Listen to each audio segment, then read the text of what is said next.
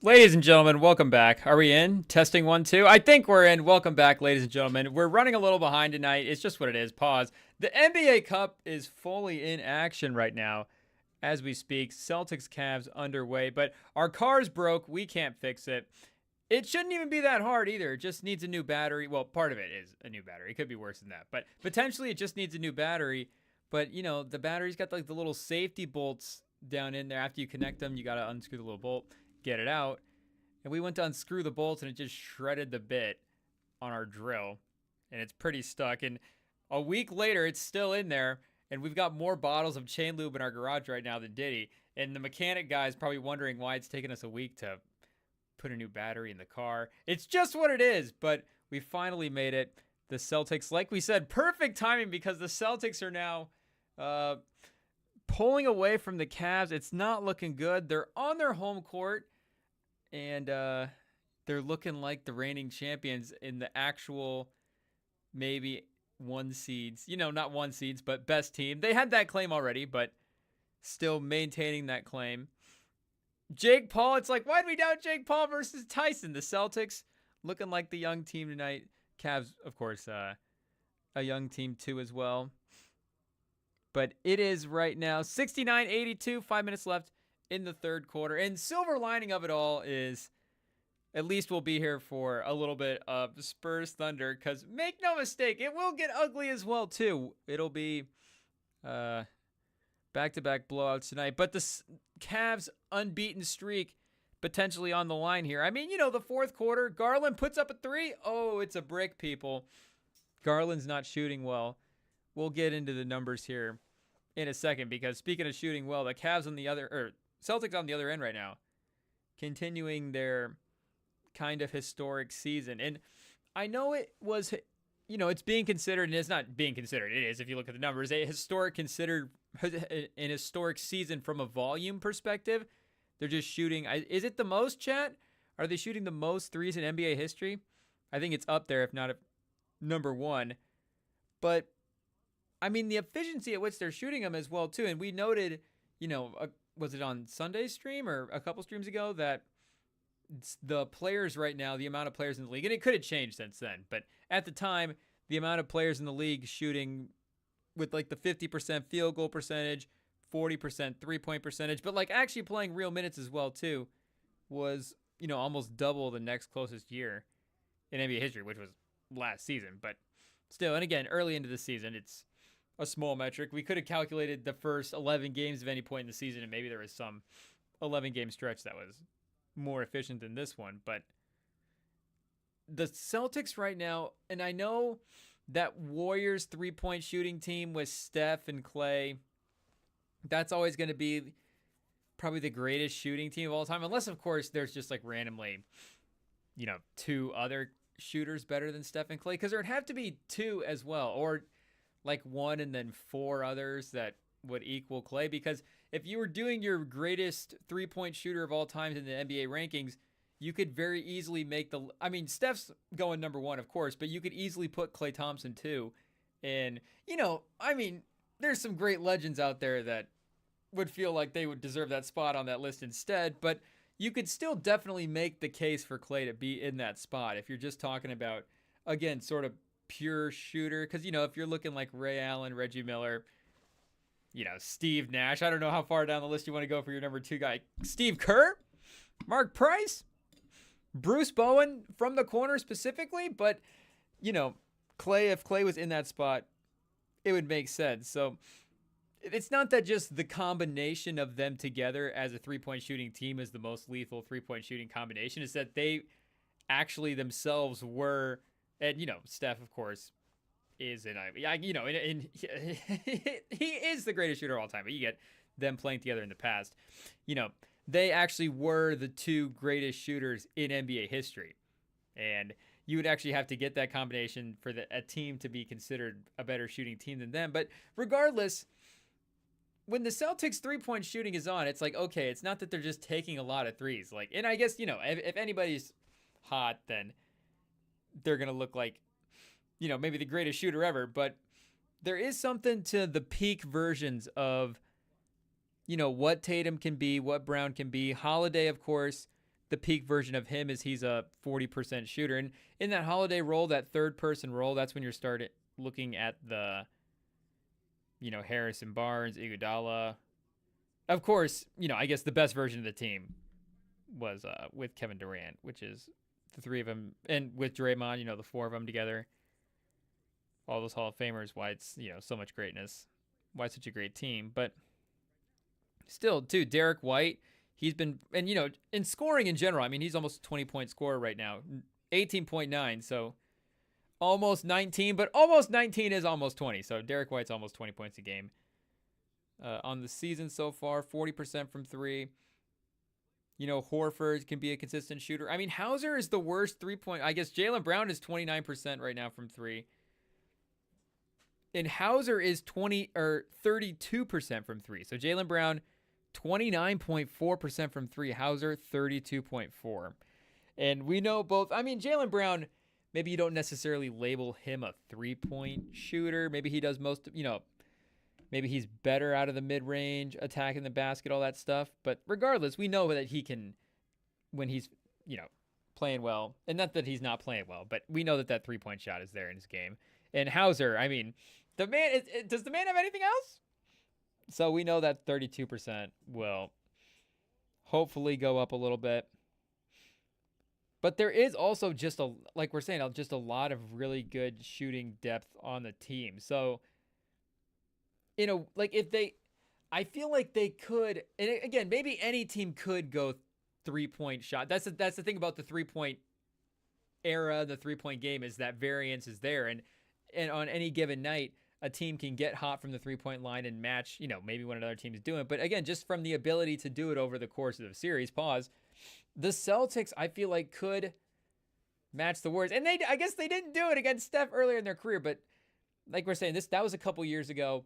Mazzulla as well, too, is, Udoka, Mazzulla, I think you could shuffle them in the rankings however you want. But regardless, Mazzulla is the one that got them the title. And I think he's proven, obviously, his worth as a head coach. The Cavs have cut it to 4. We should pay attention, folks. A 22-5 run in the last 5 minutes. So like we said, we did turn it on just in time.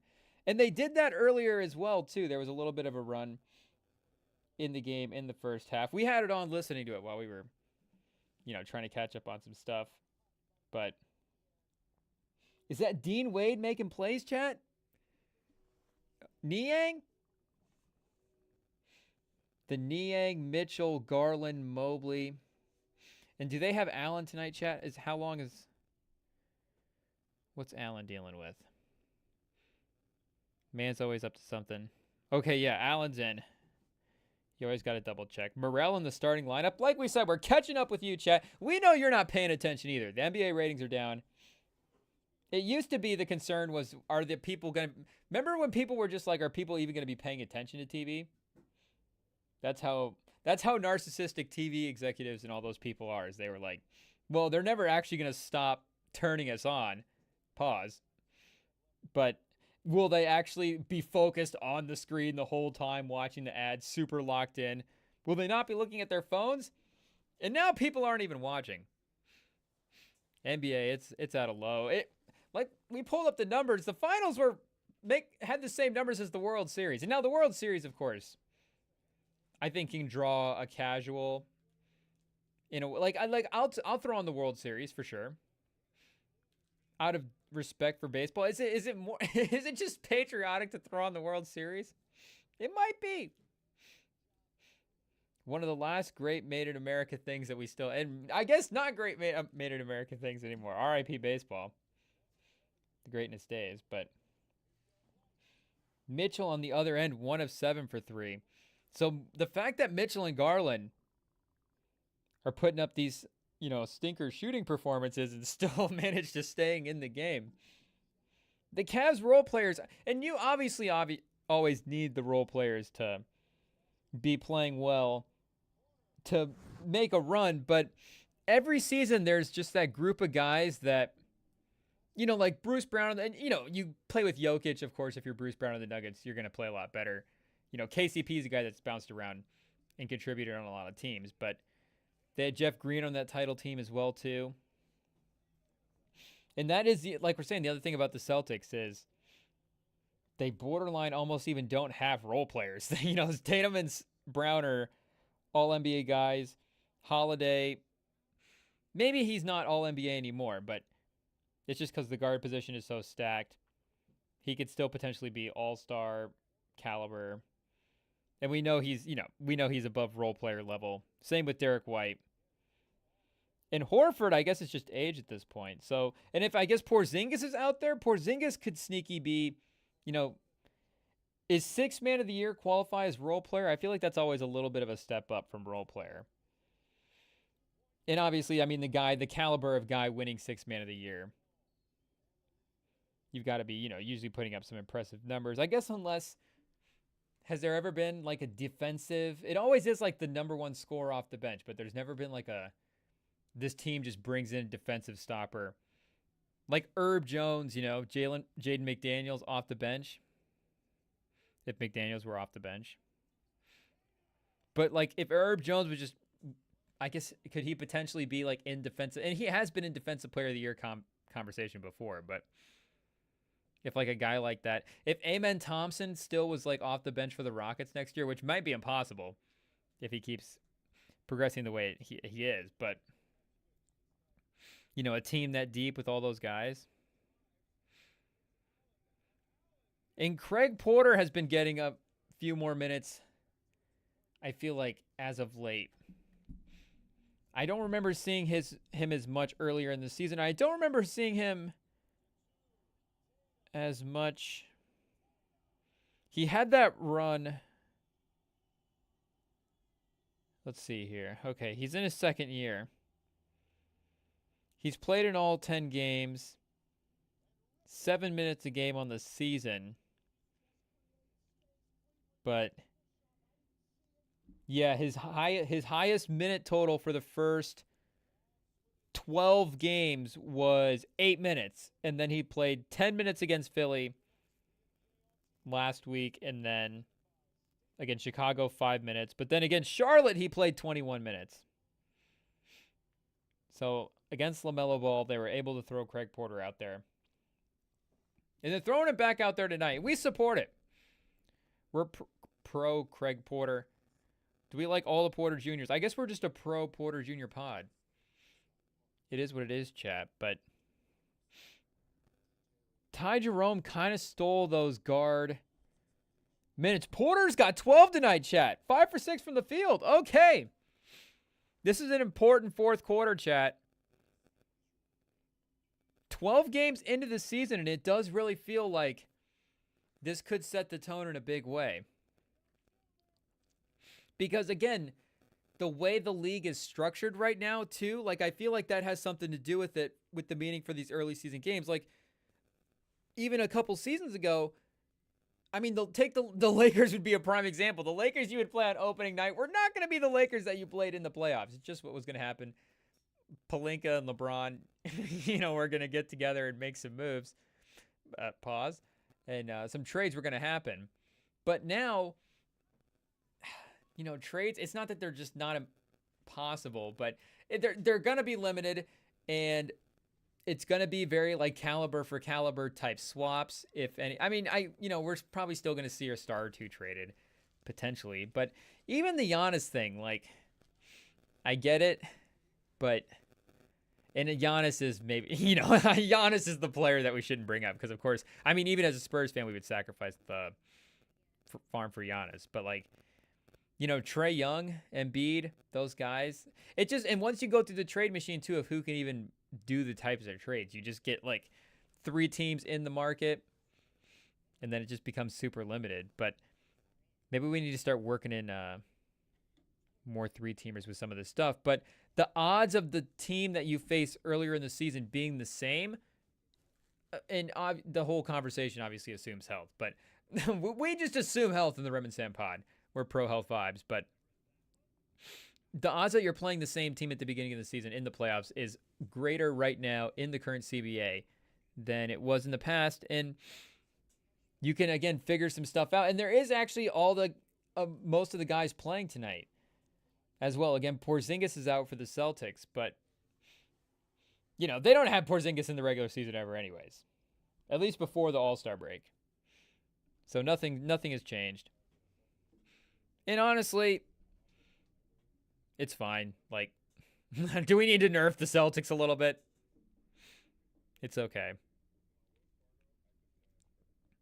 Because if they had Porzingis, I mean, you know, I feel like some of the games that they've dropped have not necessarily been that they've been outplayed. I mean, you know, like was it the Pacers game that they lost, chat? You know, again, teams, I feel like it's not like they've been in like a 90 to 89, and nobody has been in that type of game this season, but they haven't necessarily been in a slugfest this season. In an overtime game as well, too. But Jerome is out there to start the fourth with Craig Porter and Mitchell and Niang and Allen. So spacing around Allen, a lot of creators with Porter and Mitchell out there. Porter outplaying Mitchell tonight, but Mitchell taking it to the rim. It's a 3-point game, chat. Pritchard and White Horford with Hauser and Jaylen Brown. So they put both of their gold 3-point shooters out there at one time. Oh, Jaylen Brown was taking Allen to the rim and then pivoted back. Could have taken the little fadeaway, but he kicked it out to Horford. Horford does make the open three. So it ended up being the right play. But again, Jaylen Brown not necessarily shooting well tonight. Do we want to see that turn around a little bit? Of course. And Mitchell on the other end responds. And I guess Mitchell in the fourth quarter is kind of the formula for this team, right? Good defense. And, you know, with Garland as an all-star guy, like we're saying, the role players are definitely taking a step up this year. And you could potentially get different creation and different heat check type games. Jaylen Brown with the tough step back over Allen. Yeah, it doesn't go in. Not the best look for the Celtics there in that possession. But they do rely, and not that they rely, but Mitchell's also just ability to just have these bonkers fourth quarters. And just bonkers quarters in generals. But in general. But he's definitely been doing it a lot in the fourth. Oh, I guess no Okoro tonight for the Cavs, chat. Shout out Woj. Isaac Okoro, the last Woj bomb. And there we go. Jaylen Brown gets to the rim that time. Actually takes it himself. Gets the finish. So he's 5 of 14, but 2 of 7 for 3. So 5 for 9 from the field. Do we do our, I guess 3?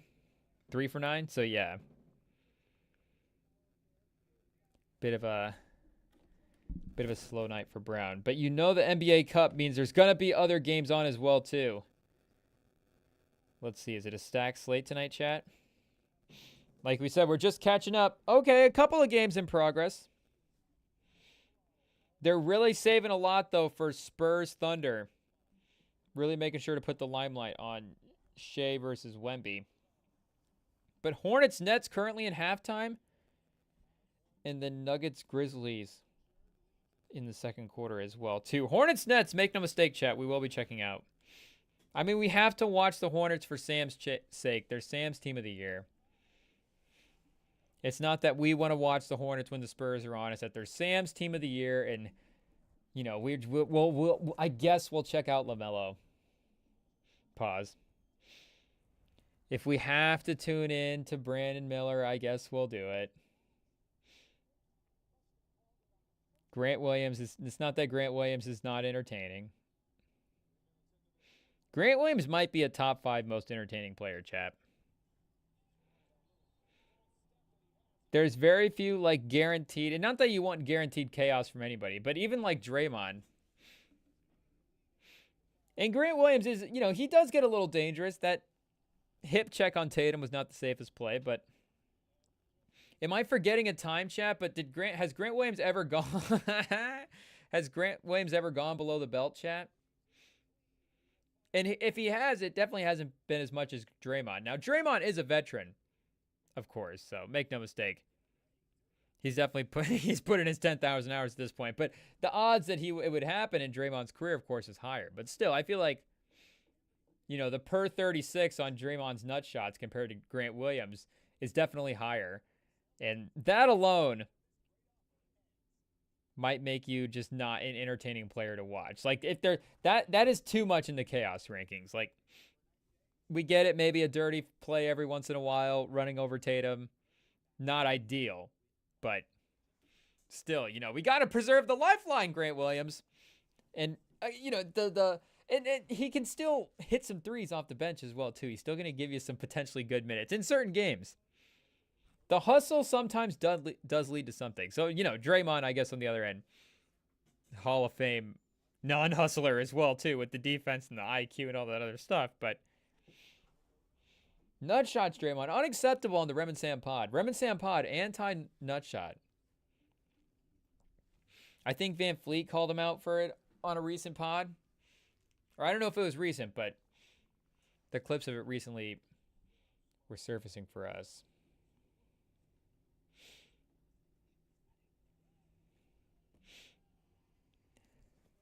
And I think everybody is expected to play as well, too, for the Spurs tonight. We were making sure that Wemby was actually going to be on the schedule. Not like it was a second night of a back-to-back or anything, but you never know with the Spurs. And again, with the screw in our car shredding the drill piece, we were like, this would be the exact type of night for us to be running late. And then, we get to watch the Spurs and Wemby's not playing. So we'll see. Maybe game time decision. Who knows, chap? But like we're saying, the possibility of the Thunder taking control early, definitely very, very likely. Mitchell is now up to 22. Tatum with 28. Yeah, Tatum is 6 for 8 tonight, Chad. So, I mean, yeah, of course, any all-NBA player, if he's shooting 6 for 8, you go, oh, is he challenging Steph? But, again, I think the fact that and not that those Warriors team, not that everybody couldn't shoot it, but, even Iggy out there at times, because Iggy was going to be out there, and Draymond as well, too. But Draymond was always so, Draymond had that great performance offensively in that Game 7. So even if you want to say, like, if I was a coach back in that game and then after that Game 7, I would be like, well, I guess we still have to do the same sort of game plan with Draymond because even the stats still look the same. But that Game 7 would just always be in the back of my mind is like, yeah, he's going to make us pay for the fact that we have to leave him open all the time. The Celtics just don't have anybody that theoretically you can leave open. And like we were saying, any team can do it. I mean, those Rockets teams were built exactly like that. Everybody could, in theory, hit a three. They usually had like a center out there sometimes. Dwight Howard in the early run there. But when they were competing against the Warriors, like Capella. Was there some Nene minutes in there as well, too, Chad? I don't exactly remember who was the backup center there, but even the bigs, obviously, on the Celtics with Horford and then Porzingis, when those guys are both at their peaks, I mean, they're both hitting threes. They're both spacing the floor. They're both doing what you need from that side. Oh, geez, chat. Where'd we go? Nope, we're back, chat. Okay. Brown into Keita. I guess Keita is the guy in that lineup. That is not necessarily a floor spacer. But you got Allen. You can match Keita with Allen.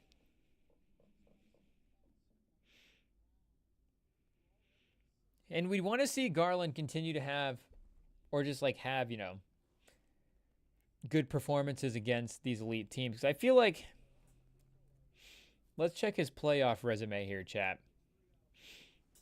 And not that this Cavs team has necessarily had like a playoff moment, but I don't necessarily, there's not a Garland game that sticks out where I'm like, oh yeah, Game 2, that series, Garland, he had the 10 assists, 30 and 10 or whatever. Or maybe not even just that, chat, but like the 4 or 5 plays in the fourth quarter. But I could just not be remembering right, chat, because again, the Cavs could also be like the 3 o'clock afternoon playoff game to start. Okay, so yeah, game 2 against the Knicks, he did have a pretty good game. Maybe subconsciously we remember that. He was 32-7 that game, 6 of 10 for 3. That was their only win of the series that year, chat. And then last year's playoffs, he did have 30-7 against Boston in game 4. 4 of 13 from the field, 12 of 27 for 12-27 from the field, 4-13 from 3. Let's see what he did in the fourth quarter here. Maybe he hit those 4 threes in the fourth. They lost the game, but maybe we should pull him back in. He was 2 for 6 from 3 in the fourth, 5 of 13 from the field, or 5 of 12 from the field, 13 points. So he did definitely go into takeover mode. There was no Mitchell at that point either.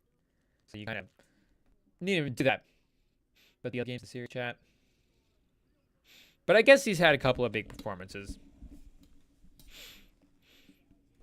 But still, them putting the pieces together, getting the win. Because, I mean, the Ravens are dealing with this right now, chat. And obviously in the NBA, you get a chance to redo it a little bit. You play a couple of times, potentially. But, again, maybe in an upcoming matchup or two, either team doesn't have all the guys on the court. You're not necessarily getting the same sort of strength both ways. But the Ravens are dealing with this right now where, you know, that loss in week 1 to the Chiefs is going to hold so much weight because of the playoff implications and what we've seen with Lamar and Mahomes.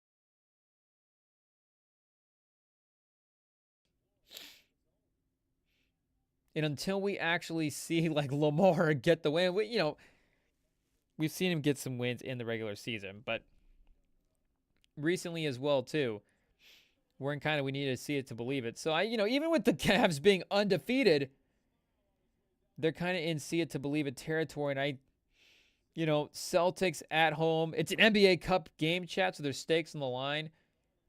Maybe a close game is enough to feel confident if you're a Cavs fan. But this is not a team necessarily either that is like, oh, this Cavs team is undefeated. Like, yeah, it is, a step up for the team, obviously. But this team was still in the mix. This team was a home court playoff team in the regular season. They're not jumping from nothing to something. This is not the Thunder and the Thunder, of course, maybe their record was lower for reasons other than a lack of talent. But, they're not jumping from 20, 30 wins up into the top. Still a 50-win team in the regular season. So now it's, is it finally clicked? Have they turned the corner and to be a championship team? So it's not, can they hang with the Celtics? It's, can they go into Boston and can they beat the Celtics? Pause. And if Craig Porter is not missing from 3, chat, there's a good chance that might happen. He's making up for the performance. Garland, Tatum, he's unstoppable, chat. Noah Coro, that is big defensively, chat. He is a wing defender. He is the guy that you would put on Tatum. I don't know what the Levert deal is right now. Maybe you put Niang out there for some fouls. But maybe that is the one piece, chat, where if this is a 1 or 2 shot game, you go, okay, could Okoro make life a little bit more difficult for Tatum? Whatever. But, he's a little streaky from 3 as well. But they're small right now with Porter, Mitchell, and Garland all out there. Mitchell, the 3 rims out with 6 minutes left, down by 4. That feels like a big miss. So they're going Mobley on Tatum, chat. I guess if you can get away with that, well, they're switching, though. Garland now is on Tatum. Tatum is going to bail him out with a 3. Oh, Tatum gets to the rim. Good defense by Allen, chat. You like to see Tatum attack in that situation, though. At least he's doing the right thing. But if you can get away with Mobley on Tatum, then maybe you can get away with being a little small for the sake of the offense. Pritchard's going to uncork a 3, chat. Is that right? And now it's 7. Kenny Atkinson with the timeout. Boston on their feet. They have momentum, chat, so this is a moment for the Cavs. Can they break momentum here and try to not necessarily get back in this, but, you know, keep this from getting out of hand? So let's look at the Celtics 3-point shooting on the season here, chat. They're second right now in offensive points per game, 5th in opponents' points per game. So that puts them at first in net rating, chat. I know the Thunder were sitting up there for a second, but the Celtics have reclaimed their territory. Make sure. Oh, no, chat. I was going to say, are we on the right season? We're not. So just a reminder, I guess, the Celtics were number 1 in net rating last year and won the title. So the Thunder, number 1 in net rating now. Are we taking notes, chat? The Celtics 3rd right now in defensive rating. They're 13th in opponent points per game. So definitely a bit of a step down from last year. 2nd, chat, in offensive points per game. And from a shooting standpoint, number 1 in attempts. They're number 11 in 3-point percentage right now. They're shooting 37%. That's not a bad team percentage at all. Am I crazy, chat? Am I just not caught up in modern era? Let's look at the league here real quick, chat. Maybe this just proves our point. And maybe for them, the volume is, kind of the thing that balances it out as well, too.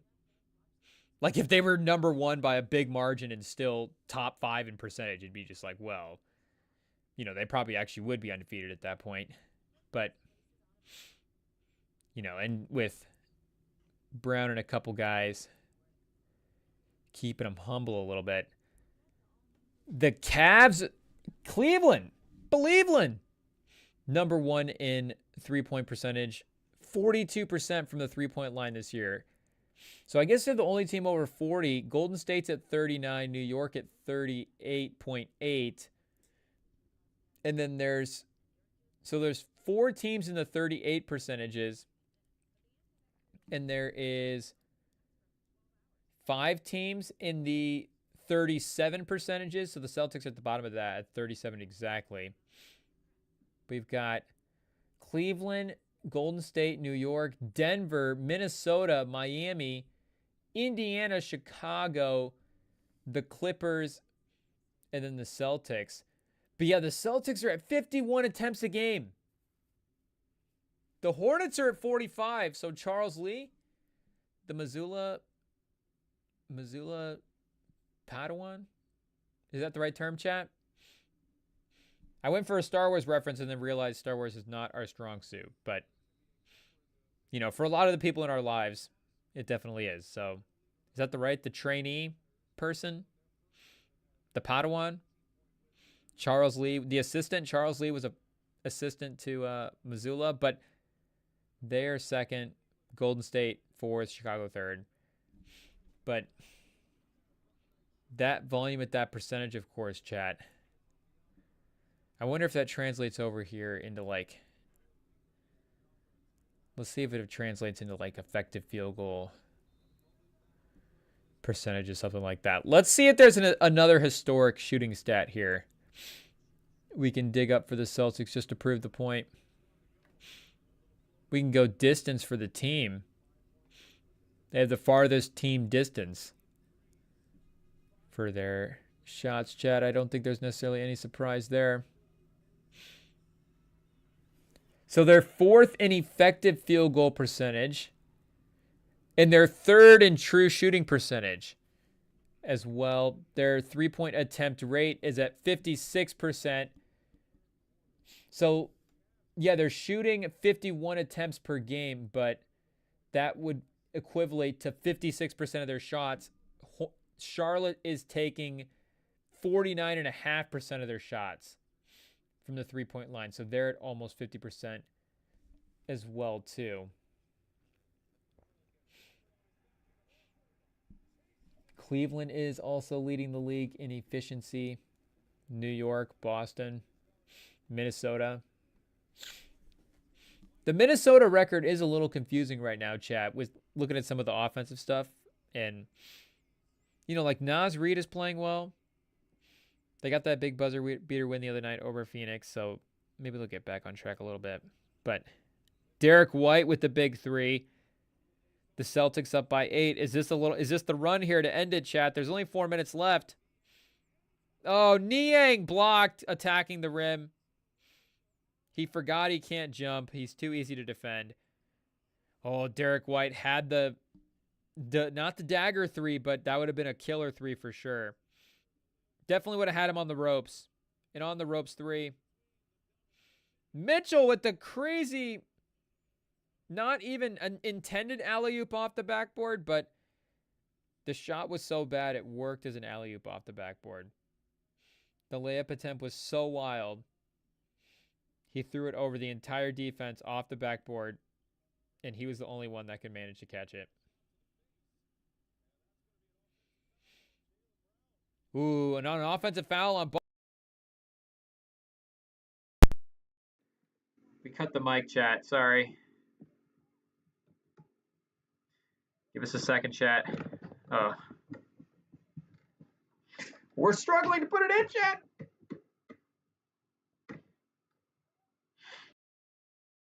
Testing. ASAP Rocky, testing. Are we back, chat? Drop the album ASAP Rocky, testing. Mitchell going for the and one, but getting back to the line. So does Mitchell become the MVP of the league if he wins this game? Where is he at in MVP odds right now, chat? Because even if they're not, they're not going to be the Chiefs. They're not going to have the perfect season. But if they still manage to have the best team, the best regular season team, best regular season record, and it's still substantial, I mean, that has to mean, it'll definitely mean, he's not going to be lower than second team All NBA. I mean, that would still feel disrespectful. He'd have a great case for first if that was his case. But right now he's 30-1 for MVP, chat. Jokic at plus 210. Are we bored of Jokic, chat? Is there a 3 MVP limit? Is Jokic going to have more MVPs than LeBron? I think, is LeBron at 4? We do have to have some historic context to how many awards these guys have stacked up on each other. And we should actually try not to get sidetracked. There's only 2 minutes and 50 seconds left, chat. Tatum driving, hanging, finishing. Cleveland had cut it to 5. So a stop and a make, it would have been right back to a one-possession game. Okay, LeBron is a 4-time MVP. MJ's a 5-time MVP, chat. Okay, we'll pull up MVPs here real quick. Because, and we'll put Jokic higher than anybody on the all-time list. If you want to put him, we'll one-up you with any spot. But except for LeBron, except for Jordan, except for the Halo guys. So he can't start passing them in these. Especially the ones we can control. The stats is one thing. If he's going to put up amazing stats, by all means, that's your job. Win championships and to do the best you can.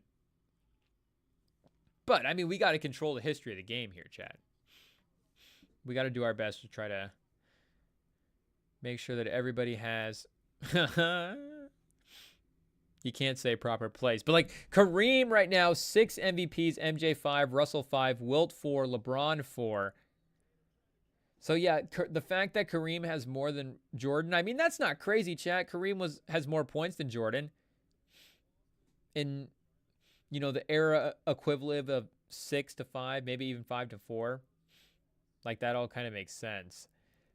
But Wilt with LeBron. So right now, Bird, Dr. J, Magic, Moses, and Jokic have 3 MVPs. The guys with 2 MVPs, Giannis, Steph, Duncan, Karl Malone, and Steve Nash. I mean, it makes sense, chat, but this is a pretty good tier list. Like, the NFL MVPs, I mean, we know there's been some years, some names we were like, oh, good for him.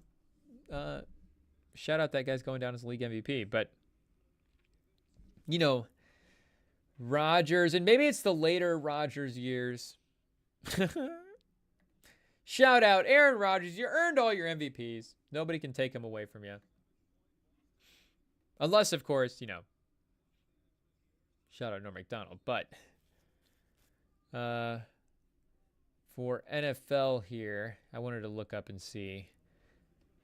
Yeah, because like Lamar might have 3. And not that Lamar's not great, but, you know, Lamar would pass Mahomes at this point for MVPs. He'd have the same amount as Brett Favre. I know people are going to be like, well, who would you rather have? But Brett Favre does have a Super Bowl. Joe Montana, 2 MVPs. The fact that Aaron Rodgers has twice as many MVPs as Joe Montana, I mean, that says something. And you have the whole defensive side of the ball as well, too. You know, MVP is kind of more of a quarterback award. So maybe, you know, it kind of means something for different positions of the game. But there was a kicker that won the NFL MVP at 1 year. So maybe we can't take it as seriously as the NBA MVP. But, chat, is Jokic ready to be in a tier with Wilt and LeBron? I think Jokic and Wilt for sure. But right now he's also in a tier with Moses, Magic, Dr. J, and Bird. So are we okay with moving him out of that tier? Because again, I mean, I think LeBron is, and I don't even think we have to like beat around the bush, pause, hot take it. But I mean, LeBron has earned the right to be out of that tier of Larry, Matt. Like, we get it. LeBron is, that's sort of the, and you know, it's tough too because Magic is one of those guys when you're talking like greatest player of all time. Anybody that brings up Magic, you know, you never dismiss it. You know, like, okay, I at least want to hear how he's going to make the case. I'm probably not going to end up landing there, but I at least want to hear the case that he's going to try to make because, you know, with Magic resume, you're definitely going to listen to it.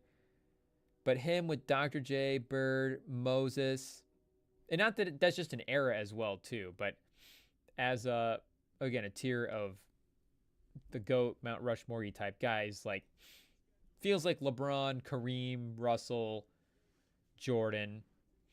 Those are kind of, are we 20? That's how you know we're 20. We put Jordan 4th, but, you know, those are kind of the top guys. Then you have that next two we were talking about. Wilt, of course. You know, the fact that he straddles both tiers as well, too, is perfect, pause, because, Wilt, known to straddle a time or two, but with the numbers, you would definitely think he's like in 2 tiers above that, but maybe with the impact, you go, wait, how many titles did he have? What tier should he be in again? So, you know, landing kind of in the perfect middle ground there. But Tatum driving to the basket. Is it out off Tatum, chat? Oh, it's 7 points with 1:12 left. It's going to take a couple of heat check shots from Mitchell, chat. Oh, and the Cavs are going to get the ball. Okay, so they could cut it to 5. Ty Jerome out there with 70 seconds to go. So they trust Jerome more than Porter. Mitchell gets to the rim. Jerome, Garland, Mitchell, Niang, and Mobley in the final 60 seconds to go against this Cavs championship level team. It's going to be a Brown ISO on Niang. Oh, he cooks him, chat. He cooks him. Gordon Ramsay, chat, would be proud. Perfectly done. Can Mitchell respond, chat? He's going to hit him with the same spin move. He gets to the line. He went down hard though, chat. Pause. Okay, he turned over. He's smiling. He's good to go.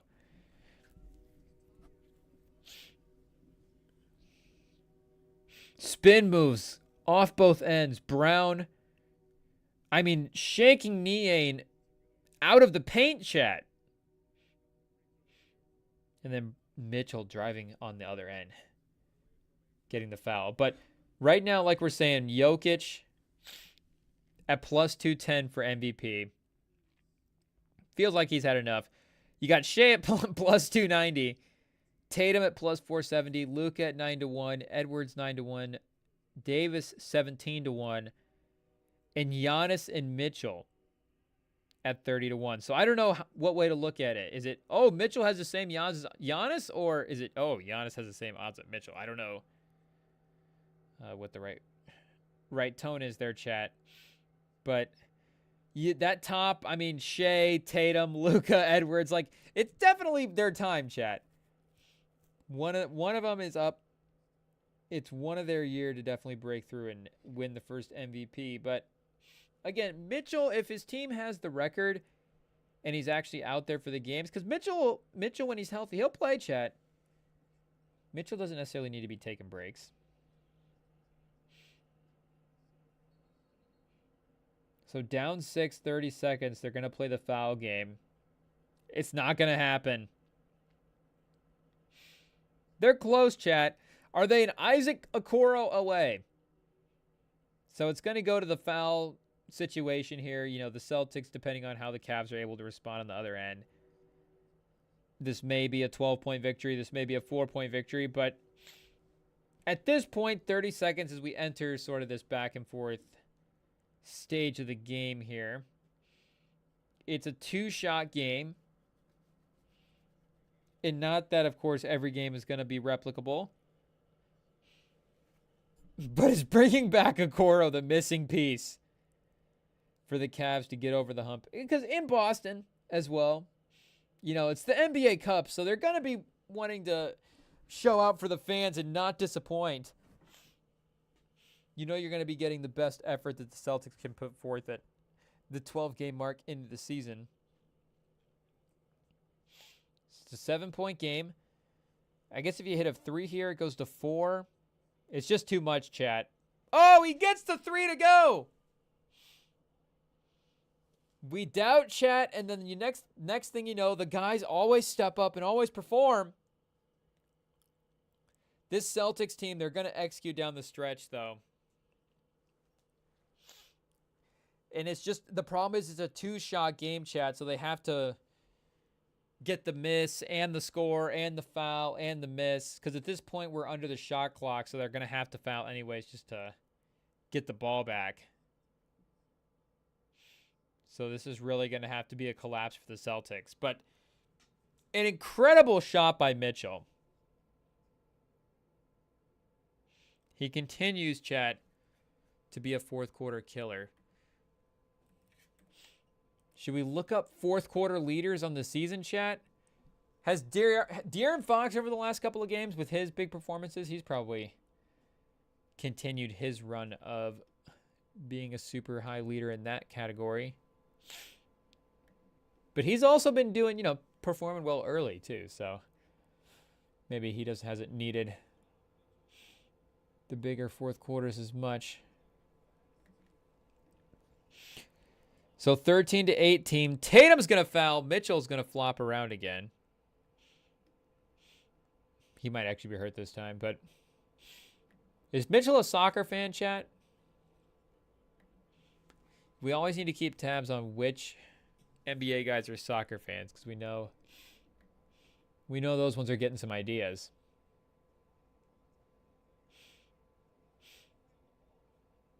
So right now, fourth quarter leaders on the season.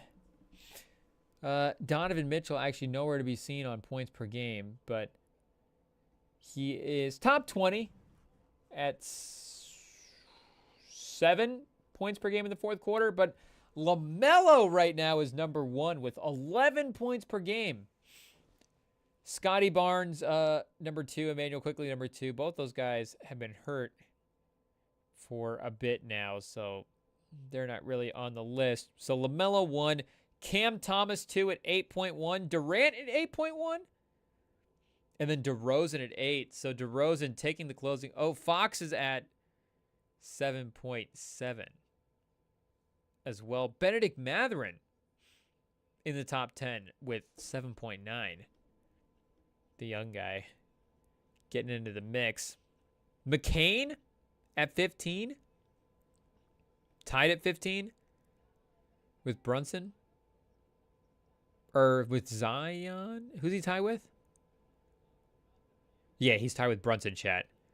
At 7.1. And then Zion. And then Mitchell at 18.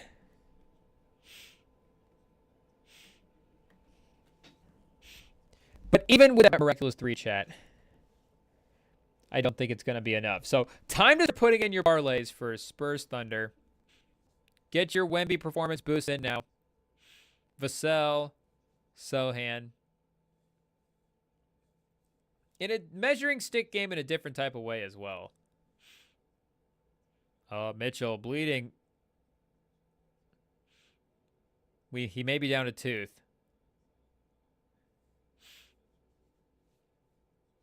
R.I.P. Mitchell's molar. But the Thunder don't have any centers as well either right now. I mean, Chet just got hurt, so Wemby's not even going to have anybody to guard him.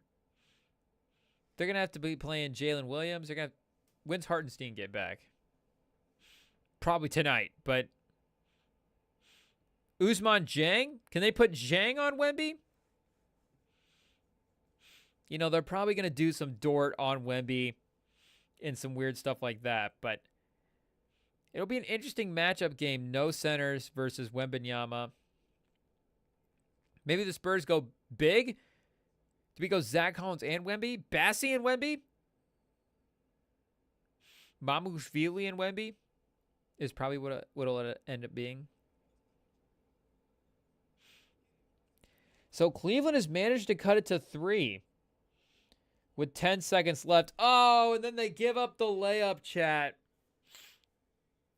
They don't foul. They give up the layup. Mitchell on the other end jacks up the 3. It's not going to go.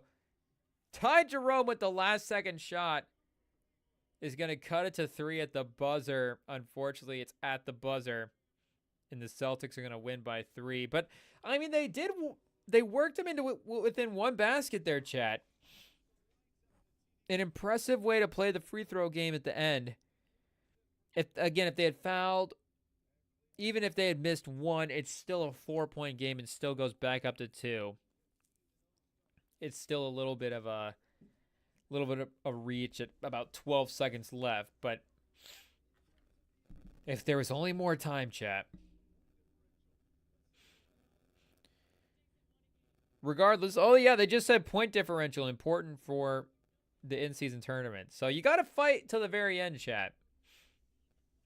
If you want to have a good seeding in the NBA Cup, you don't want to get blown out. Pause. But third quarter, speaking of fourth quarter scores, we're about to enter the fourth quarter here in Hornets Nets. So the number 1 and number 2, chat.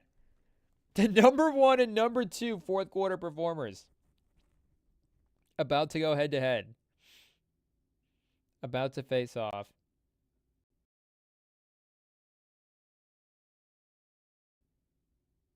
I'm surprised Trey Mann's not in the top of that list. Trey Mann, I mean, he definitely would if the coaches let him, but he would definitely take the shots. Definitely try. Trey Mann. Cam Thomas without the makes? Trey Mann's been good this year. He's balling out. The resurgence of the mid-2000s baggy shorts. The street baller look.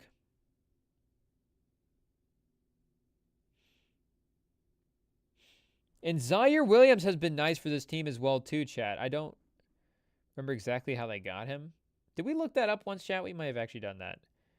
I go check out the past streams, chat, if you want to find out how we got Zaire Williams on the Nets, because I do feel like we did look that up. But he's a piece for him. Pause. He's out there right now. Oh, and he just fouls a three-point shooter. Unbelievable. You knew he was going to do something dumb as we were talking about it, but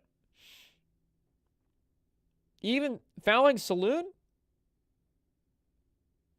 fouling a non-three-point shooter way late, he just straight up hacked him on the wrist. Not only did he foul a three-point shooter, that seems like on the slow motion, that's one of the most, that's low-key one of the worst three-point fouls, chat. And maybe not in terms of moment or anything like that. A minute 57 left in the third. Down, Brooklyn up 4 when that happens. But the delay and the lack of attempt to even try to get the ball and just straight up go for his body. Pause.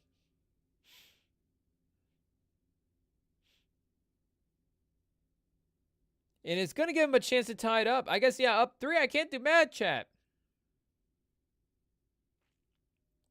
And there it is. 3 for 3, tied up. Schroeder going back the other way. All of a sudden, the Hornets have charged back. They've tied it up. A little Schroeder Claxton pick and roll, chat. We've also got Jalen Wilson out there as well, too. Closing the third quarter anyways. Closing any quarters. You'll take it. Shake Milton. They know how to work the waiver wire, chat. Brooklyn getting Williams and Shake Milton. They're screwed in. Who would have thought Brooklyn paying attention? I mean, we've always had Cam Thomas stock. I mean, these are not all guys that you necessarily pair together, ideally, but the fact that they did it and they're on the same team, the fact that they try to mix these guys first and it's working, chat, it's a deadly combination. But if it's another team, does it give you confidence to mix your own guys? I guess it's our own personal big board. It's not a team's big board, but if we're in Milton, I thought he was going to take a 3, chat. But it's Milton to Williams and Jalen Wilson and Claxton. This is kind of a lineup we like, chat. We have stock on a lot of these guys now.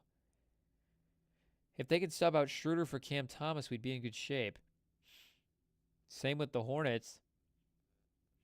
This is just a great stock matchup, chat. This is like an investor's game right here. Saloon getting to the rim. So maybe he gets some big third quarter minutes here. And we kind of see him start to earn his spot in the lineup. Let's see what he's been up to as of late. One of the rookies we had higher on our list, especially pre-draft or post-draft as well, after he landed in Charlotte, and you knew he was going to be playing with some guards. You knew he wasn't going to, you weren't bringing him in as a team we're in a rebuild, so best player available, but could he potentially be something more? It's no, we need to develop into, a certain type of, he's going to fill a certain type of role on the team. His minutes have gone down the last 2 games. He was at 20 minutes 3 games ago in Orlando, and in the last 2 he played 9 in Milwaukee and 14 in Cleveland. And the 14 in Cleveland, he was 0 for 3, chat. Saloon, man. What happened to the rebounding? He's only got 2 rebounds in the past 2 games, but he had 6 rebounds in Orlando. 9 before that, 7 before that. So when he's hustling, he can get there, chat. He just needs to keep it up. Oh, Schroeder launching an air ball, chat. Wow, Schroeder. I mean, he's trying to call for the foul. Fernandez is livid. Fernandez is like the score guy. The stat guy saw it. The coach just, I think his name is Fernandez, right? Oh, Trey Man! With the poster to silence on the other end. Oh, and he got the tech, chat. It's impossible that the refs never give him a tech for that. I don't understand why they can't just let it go.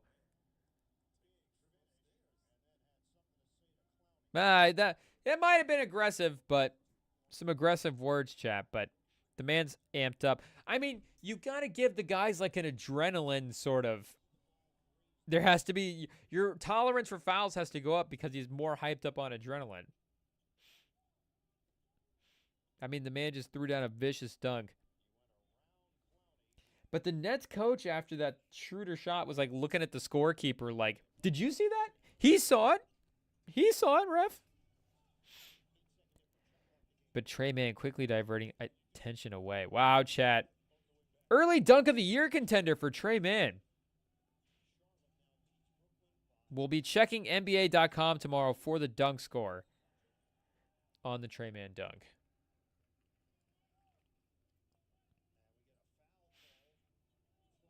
Oh, and it's Clowney out there, not Claxton, chat. Our bad. They have a type for center, chat. They have a certain type of guy they like.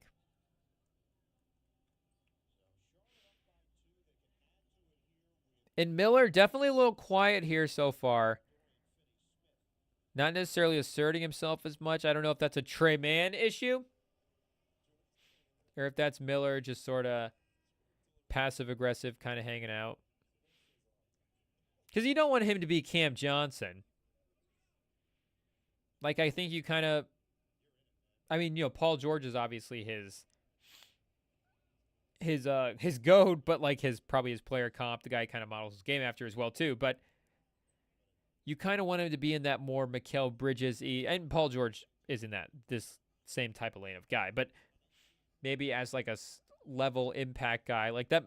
Mikal Bridges on Phoenix, but offensively too. Mikal Bridges when he was here on Brooklyn could get you 20 some a night. Was going to play that good defense. This 3-point shooting was going to be there. But you don't want him to just be that passive 3-point shooter, Cam Johnson. And, yeah, lock in on the other side. That'll be important. He's, you know, a bigger defender, so we can hold up in a bunch of switches as well, too. But offensively, you don't necessarily want him to be totally dependent on others. You want him to do a little something for himself. Oh, sorry, chat. Whoa. Big tire, chat. The apparently Celtics Cavs, not a thrilling enough ending to keep us engaged. We know Spurs Thunder. I think this will be the one to perk us up, chat. Wemby, pause. Wemby! You always catch a second wind when Wembanyama is jumping on the court. Pre-game. NBA intros. Lineups being announced. National anthems being sung. It's all taking place right now as they gear up. Churros being eaten, chat. San Antonio, they know how to party. Speaking of churros, chat, man, if we had a churro spot here, chat, I mean, make no mistake, the churro game in the Midwest is not that strong. Actually, there is one place that's got pretty decent churros, but I haven't had churros there in so long. I don't really know. Don't really know what's going on. Oh wait, how long has Sam been in the chat for? Oh, stay tuned, chat. Stay tuned. The bat signal is up. We may be in business tonight. But I haven't had the churros there in so long, chat, that I don't remember if they were good, if I was just a kid, you know, eating dessert and just having a good time. And if it was just, you know, a young, ignorant taste buds.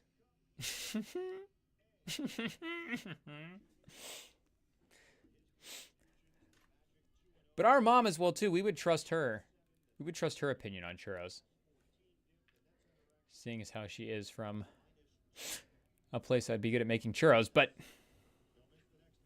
we need to go back, is the point, chat, and get a churro in honor of San Antonio. If San Antonio wins, chat, we will be getting churros tomorrow. Tomorrow is an off day for the gym. 3 days off, 3 days on, 1 day off. So in that off day, we will be getting some churros if the Spurs win. So there's a lot on the line here, chat, if we're able to get a W in San Antonio. But fourth quarter now, Charlotte versus Brooklyn. Like we said, LaMelo, the number 1 fourth quarter scorer in the league. Cam Thomas, the number 2. So we're in for some high-level action. But we don't want to miss the first quarter of Spurs Thunder because that may be the only close one. We want to make sure to get in on that game early while it's still competitive. Wemby's going to be taken. Because the thing about having Lou Dort, they're going to be throwing probably Dort on Wemby. And you know Wemby's going to be bailing him out with three-pointer attempts. He's going to be trying to shoot over Dort. Cam Johnson couldn't finish over Saloon. So Saloon's going to stay out here. They're still running the bench to start the fourth. But I would like to see him out there with Miller and with LaMelo as well, too. Who else do they have for young core guys? Is Book Knight still there, chat? But that's the core right now. And Grant Williams. I guess Trey Mann is in that timeline.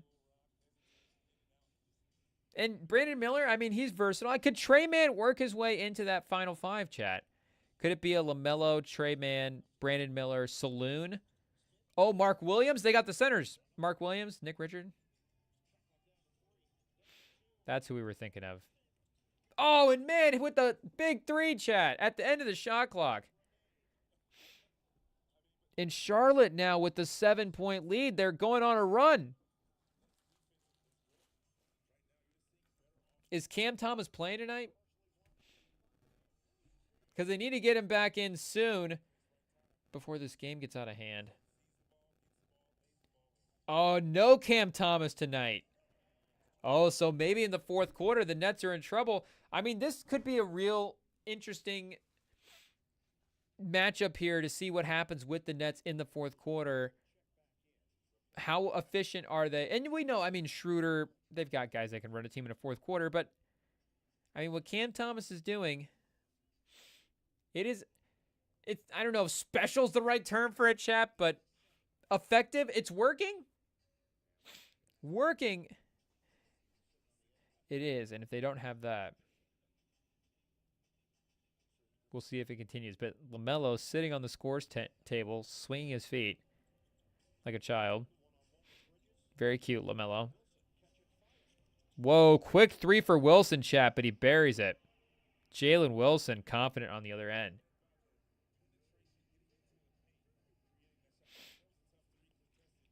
Okay, we're seeing Miller with the ball, but he gives it up, chat. Not looking to create off the dribble at all. Here he's getting it at the end of the shot clock. A straight line drive and a good pass. So he made the right move. In a straight line drive, not getting ahead of himself, not necessarily getting over his skis. I like it, chat. Wilson again. Oh, he's feeling it. Jalen Wilson, the Kansas boy, chat. Speaking of Kansas boys, stay tuned. Stay tuned. We may have a surprise, chat. Jalen Wilson, 5 for 7 tonight. They don't need Cam Thomas. Jalen Wilson. Oh, Bridges? We left out Bridges in that core conversation, but you know. Has the lean aged him? Speaking of lean, he does look good this year, chat. Slim down a little bit. And Finney Smith's still on the Nets. That's probably going to change at some point before the deadline. Especially like we're saying with timelines, younger players. Finney Smith himself might want to speed some stuff up. Miller on the other end with the catch and shoot three. So the 3-point shot, you can see it starting to become electric. Off the move, catch and shoot. The quick stuff. And Schroeder just beat Bridges as well too for the layup. Okay, chat. Stay tuned. Don't go anywhere. We'll be right back. We've got a surprise, chat. Unless you're in the chat, then maybe you know the surprise. But regardless, don't go anywhere.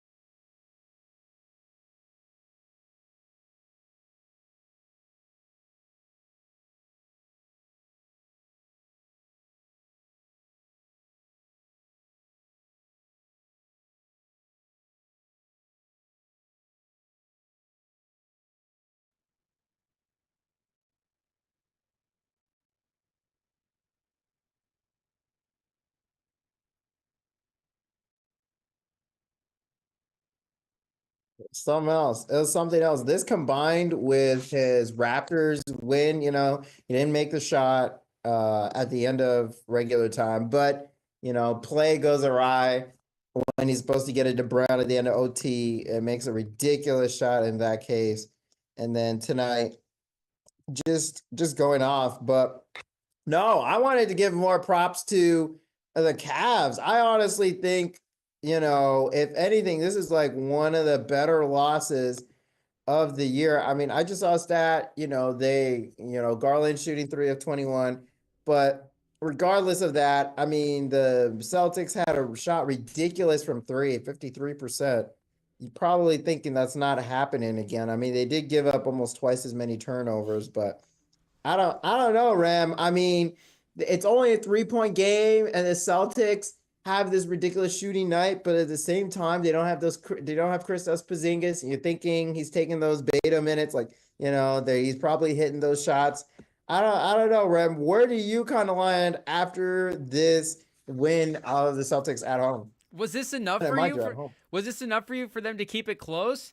Because again, the like we were saying before you jumped on, the Cavs are not really the team that's like, this is the season of them breaking through. Like, they've been a good regular season team. They've been a team that, and it would be them breaking through a little bit for them to be the title. But again, they're like a 50-win regular season team. Like, this team is established, and it's just about the chemistry and how much they've grown together. So it's not that, like, I do think going into the game, we already assume that they can hang with the Celtics, right? Like, they're undefeated. They're at the top of the Eastern Conference. Like, the buildup for them has kind of been like, this is one of the teams now that we have to take seriously in the conversation. So, yeah, I mean, to keep it close definitely proves that, because if we're talking about what's proven, I mean, the Celtics are proven that they are the best team in the Eastern Conference, but we still would have picked them as the best team in the Eastern Conference anyways. But, to keep that close is one thing, but do they actually need to win that type of game for you to feel confident about them versus the Celtics? Is it like the Ravens versus the Chiefs in the regular season? No, because the Ravens have a two-time MVP as their quarterback. The Cavs, got beaten pretty bad last year in the playoffs. They kind of seem like an okay team, but there is kind of a hole besides the Celtics at the top for real contenders, with the 76ers not being able to stay healthy. Who the heck knows going on with the Bucks? And like, obviously, the Pacers they haven't revived like last year, being the other team that went to the conference finals. So, honestly, there needs to be a challenger in the East for the Celtics, and the Cavs have been kind of like that for the last couple of years. They have been a tough team for the Celtics to beat. It's almost always close games when they play. And yeah, looking at the stats, Garland shot 3 of 21, 3 of 11, or 3 of 21, 0 for 6 from 3. And only 8 points on the night. That's probably not happening again. Donovan Mitchell, only 3 of 11. One of those threes, as you saw, was ridiculous. Hit that. I mean, I don't think he's going to be shooting that again. And so you look at their top players having a bad game on the road against a team that was shooting really well, like historically Groel. And even with them being down, I'm trying to remember what the gap was at some point in the fourth quarter, but with the gap being, I think it was like 10 points at one point. I mean, in the second half, it was at least, yeah, it was almost 20 at one sizable. point in the second half, for sure. Yeah. I think High in the teens. fourth, it was like 8 points with like three-ish minutes to go. It was like 105, 112, I'd say. So that's 7 points. So yeah, 7, 8 points with like 3 minutes to go, and they're able to bring it down to one score. It was That was just, impressive. I think it shows some real fight from this team, that this is definitely not the same team that almost got swept last year in the playoffs. I mean, that is for sure, but with the 15-0 start, is that where you were at with them? Is like you still needed to see them as that contending team versus, like, you were still like they were that team from the playoffs last year. They're having a hot start to the season, but now they're established as a contender. Versus for me, I was kind of like, okay, this team is kind of like good to start the season. They're kind of one of the good teams, and it's like, yeah, they're definitely close to Boston, but they're still probably a little bit short. And they didn't have a Coro tonight as well either. So I don't know. You throw a Coro on Tatum. Does that make a big difference for you in this type of matchup? Because I mean, Tatum was good tonight. I think it does. So I mean, he definitely would be guarding him if not Mobley. Yeah, I just think that the Celtics are almost impossible to beat when they're shooting well from three. I don't think anyone can beat it. I think that's just math in general. And so when you look at that on top of how badly the other team shot from three, and it was only a 3-point game. I mean, that's the same thing with when you look at the Rockets game 7 against the Warriors in that series where they're 0 for something, and it was still less than 10 points. Like, it wasn't like it was a blowout. So it's just like both of these teams obviously got up for this game, and the Cavs knew the pressure was on them. And, I'm not saying that, they are better than the Celtics right now, but I do, if they went into a series, I could see the Cavs actually winning that series. I mean, it wouldn't be like, no shot. Like, and I know the 15-game winning streak, matters, but it is in the East, which is easier to win, especially it seems like a lot of teams are down right now, especially the top teams. But yeah, I think the Cavs show like they're a real contender. And I mean, it's only when I think, you can show the resume in terms of whether it's a fluky game against the contenders to be like, okay, this is a real result. And then now you actually have the game to show that you do have that talent. So I really was impressed with tonight from the Cavs fighting through adversity, that belief of winning. And that's what makes championships great. That's why the Warriors are still scary, because it's still that expectation to win, which you don't have with a lot of teams in the NBA. So that is what you think with this team. Then after watching them, you go, they have the pieces in place to beat this. Because I was just going to ask, like, do you think that this Cavs team can beat this Celtics team, say, in a playoff series? I know Yeah. that's a little bit Yeah, I different. do. But you do think they have the pieces after tonight? Yeah, I do. I mean, especially if Porzingis isn't there, if Horford, he's getting old, who knows what happens. And then every once in a while they have an injury, who knows? I mean, if the Cavs are healthy, I mean, I don't, who knows? I mean, Mitchell had blood in his mouth hitting free throws, like he's definitely in the prime of his career, and you can see Garland starting to turn it on. And I think they've kind of figured out how to do it with Mobley, I don't remember his name, but the new head coach. Atkinson, your boy, Kenny Atkinson. Yeah, Kenny Atkinson, exactly. We're big fans of Kenny Atkinson on the pod. And, having a team like this, he's always overperformed as a coach. And this team is definitely overperforming. I know that kind of makes sense now because like you're saying, you've always been a big Kenny Atkinson guy, so it makes sense that this team is like Yeah. super overachieving. The team that he went to would have a super good start to the season. But what's the scariest part, do you think, of this Cavs team? It's probably, I think it's their defense. I think it's clearly their defense, and Team also, defense? the ceiling for Mobley. Yeah, yeah, team defense and the So ceiling for Mobley's Mobley. ceiling, Like okay. yeah, I feel like Mobley's definitely been unlocked in this run. Reading and I Yeah. haven't had a chance to watch every single game, but seeing him kind of be in that like Draymond Green role, and Atkinson bringing in, like we mentioned, that Warriors, the being in the him being in that infrastructure, seeing what champions do, and then kind of bringing that to the Cavs. You can kind of see them have the best run so far in the regular season since the Warriors in their prime. So I think it's not a mistake that that good teams are good. Like it doesn't accidentally happen. And so that's where you look at, oh, what's the infrastructure put in place? So that's why the team I picked for this year, the Hornets, like why are they suddenly really good? Oh, they have Charles Lee, who was with the Celtics, a championship team. Same with Kenny Atkinson. He was with the Warriors, like a team that still has a lot of their championship pieces. So it's, winning doesn't happen accidentally, losing might, but there's reasons why these teams are good. And so when you see the Cavs and the talent that they have, and Garland's, we've been known he's had the talent in there. It's just whether it's been able to work with Mitchell. And I think this year you see they've really been able to put it together. And if they stay healthy, I mean, they're gonna I could really see them having the 1 seed in the East. That's interesting, though, because I didn't think about Kenny Atkinson as a champion either, but you're right. Being on that Warriors squad, especially in that what was that year, 21, 22? 22 when they beat the Yeah. Celtics, he would have been on that team. So that's kind of interesting to think about too. Like if you're a team, and obviously the teams that win the championships, their assistants are going to be more gravitated to anyways. But like if you look at the NFL this year and you've got, a couple of the hot names that were on the market last year with like Ben Johnson and Bobby Slowick, if those guys go back into the mix this year, like if the Texans don't win the Super Bowl, like Bobby Slowick versus maybe who the coordinators are potentially on the like that's just something interesting to keep in mind. I think maybe even for some different sports. But you would say Mobley's offensive ceiling for this year alone over like what Mitchell could do in the fourth quarter, because we've seen Mitchell in the playoffs as well, like have big playoff moments. So Yeah. would this come down more to Mobley breaking through more, or Mitchell like ascending to being the consistent playoff guy and having a run?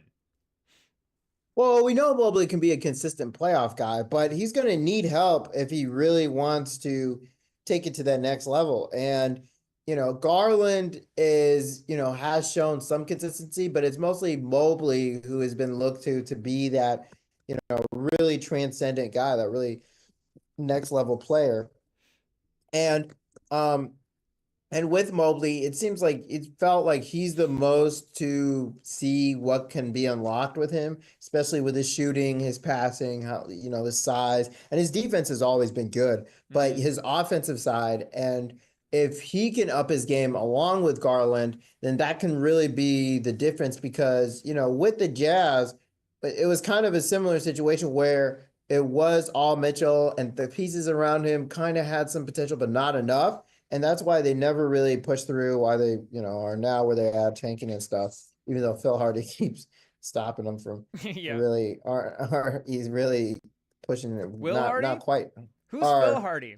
Will Hardy. Phil Hardy sounds familiar. I know that name. I just don't know who that is. It's the Lakers guy, I think. Oh, that's the Lakers coach. Yeah. Okay. Yeah. I thought it was like an actor or something.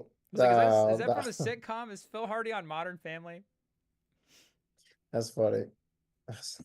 Is he? Yeah. No, but yeah, like, I think. But like, does Mobley have to be like an All NBA guy for like? Can it be like Mobley, like we've seen like this kind of version of him, where he's like 18, the good defense, all that stuff, and then like we're saying, Mitchell has that awesome fourth quarters, or Mobley has to be the All NBA guy and kind of like, does he secretly have to take over in the fourth quarters and be the guy down the stretch? I mean, he definitely should be getting more shots. I mean, so the people on X, fans on X right now are really mad about Garland and Mitchell kind of hogging the ball. I mean, Mobley had 22 points in 3 quarters, not a single shot in the fourth. And, you look at the rest of the Cavs, Garland and Mitchell were 16 of 50 from the field against the Celtics. The rest of the Cavs were combined 30 of 43. Mobley only took 13 shots. So, when you look at what has taken this team to the point is the strength in numbers, and that's what Kenny's got to really drill into this team. And, it's literally a Warriors kind of thing, not like they came up with the phrase, but strength in numbers. And so when they're spreading the ball, when they're incorporating other guys such as Okoro, such as Mobley, and really playing that team ball, that's what's going to get them over the top over a team like the Celtics who do that, who do spread the ball around and get buckets that way. And that's the concerning part is that if Mitchell plays that hero ball, in the long run, they're not going to win. It's not going to be the difference. And that's what the secret of winning. You got to get the whole team involved. It can't just be Mobley taking the ball and jacking up a 3 and it's all on him in the whole fourth quarter. We get near the end of the game. Obviously, you want the best player taking the shot, but you still got to incorporate all the other players in those close moments near like early in the fourth, unless you see that wear and tear that we saw in this game alone. I mean, forget about 4 games, 4 games in a week or, in a series, a couple, game every other day. You're trying to play hero ball the whole time in crunch time. I mean, that's why you have 4 other players on the court. And so that's why I think the real ceiling is going to be unlocked once they incorporate the whole team. And that's what they mostly do. I think for most of the games, it's just today was they felt like they had to take over because it's the Celtics. I know that we're not necessarily the basketball history pod. I know other pods take care of that, but I know I was thinking about like the 90s Pistons team that won the title as you were talking. And I don't remember who the guy was, but they traded one of their like star players in one of the seasons and then brought in kind of a bench guy. Not necessarily that you would trade for like a bench guy, but they brought in another rotation guy who was more additive to the team and ended up winning the title. And I don't know if the Pistons team would be the best comp for this, but like you're saying, and maybe it would be too aggressive for this season, but is there a Mitchell move out there that you would make that like is that the spot where you would go if we're trying to win the title?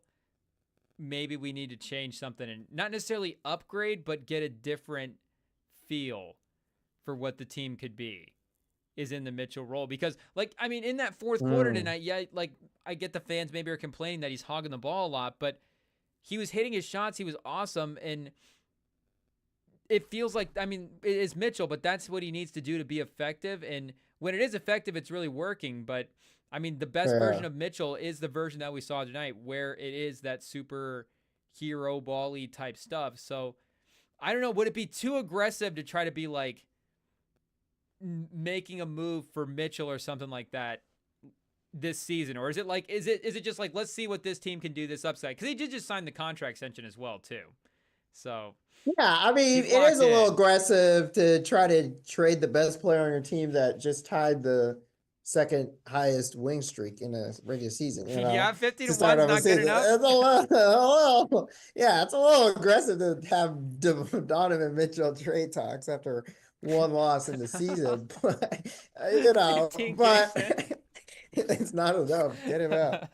No, I don't think that's an indictment on Mitchell. And the question is, and I love this from Ron Russillo in the NBA and NFL too, is who? Like who are we gonna trade for? I mean, Murray? there's just Jamal Murray. They're not gonna get rid of Yeah, he Jamal Murray. sucks.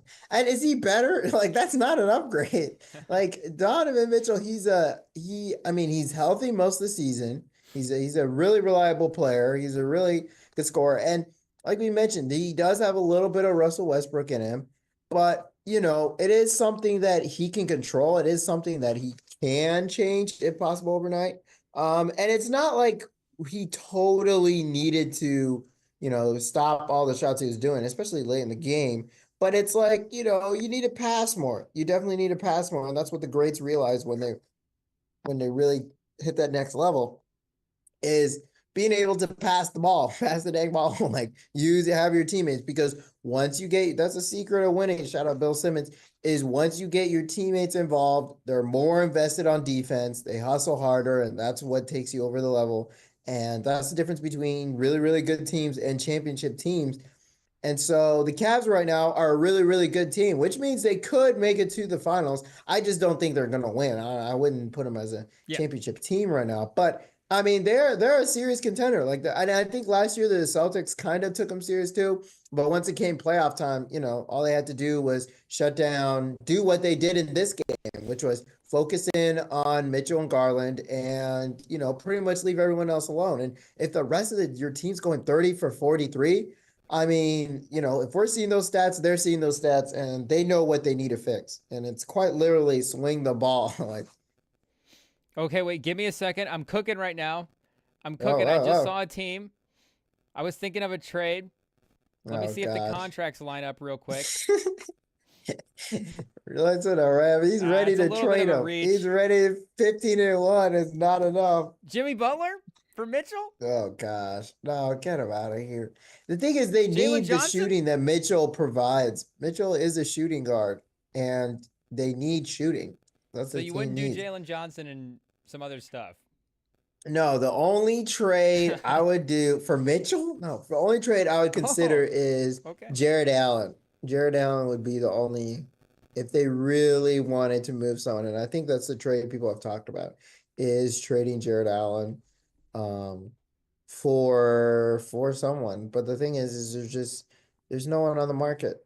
There's just not like, you know, great ready-made stars on the market.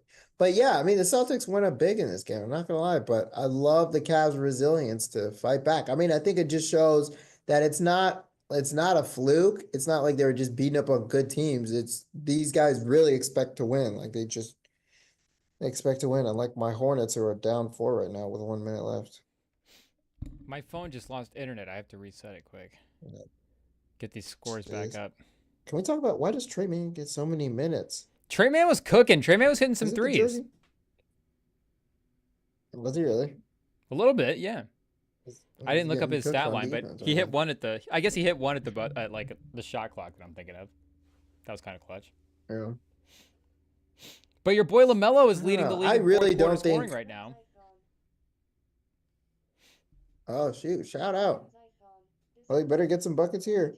No, I mean, I really don't think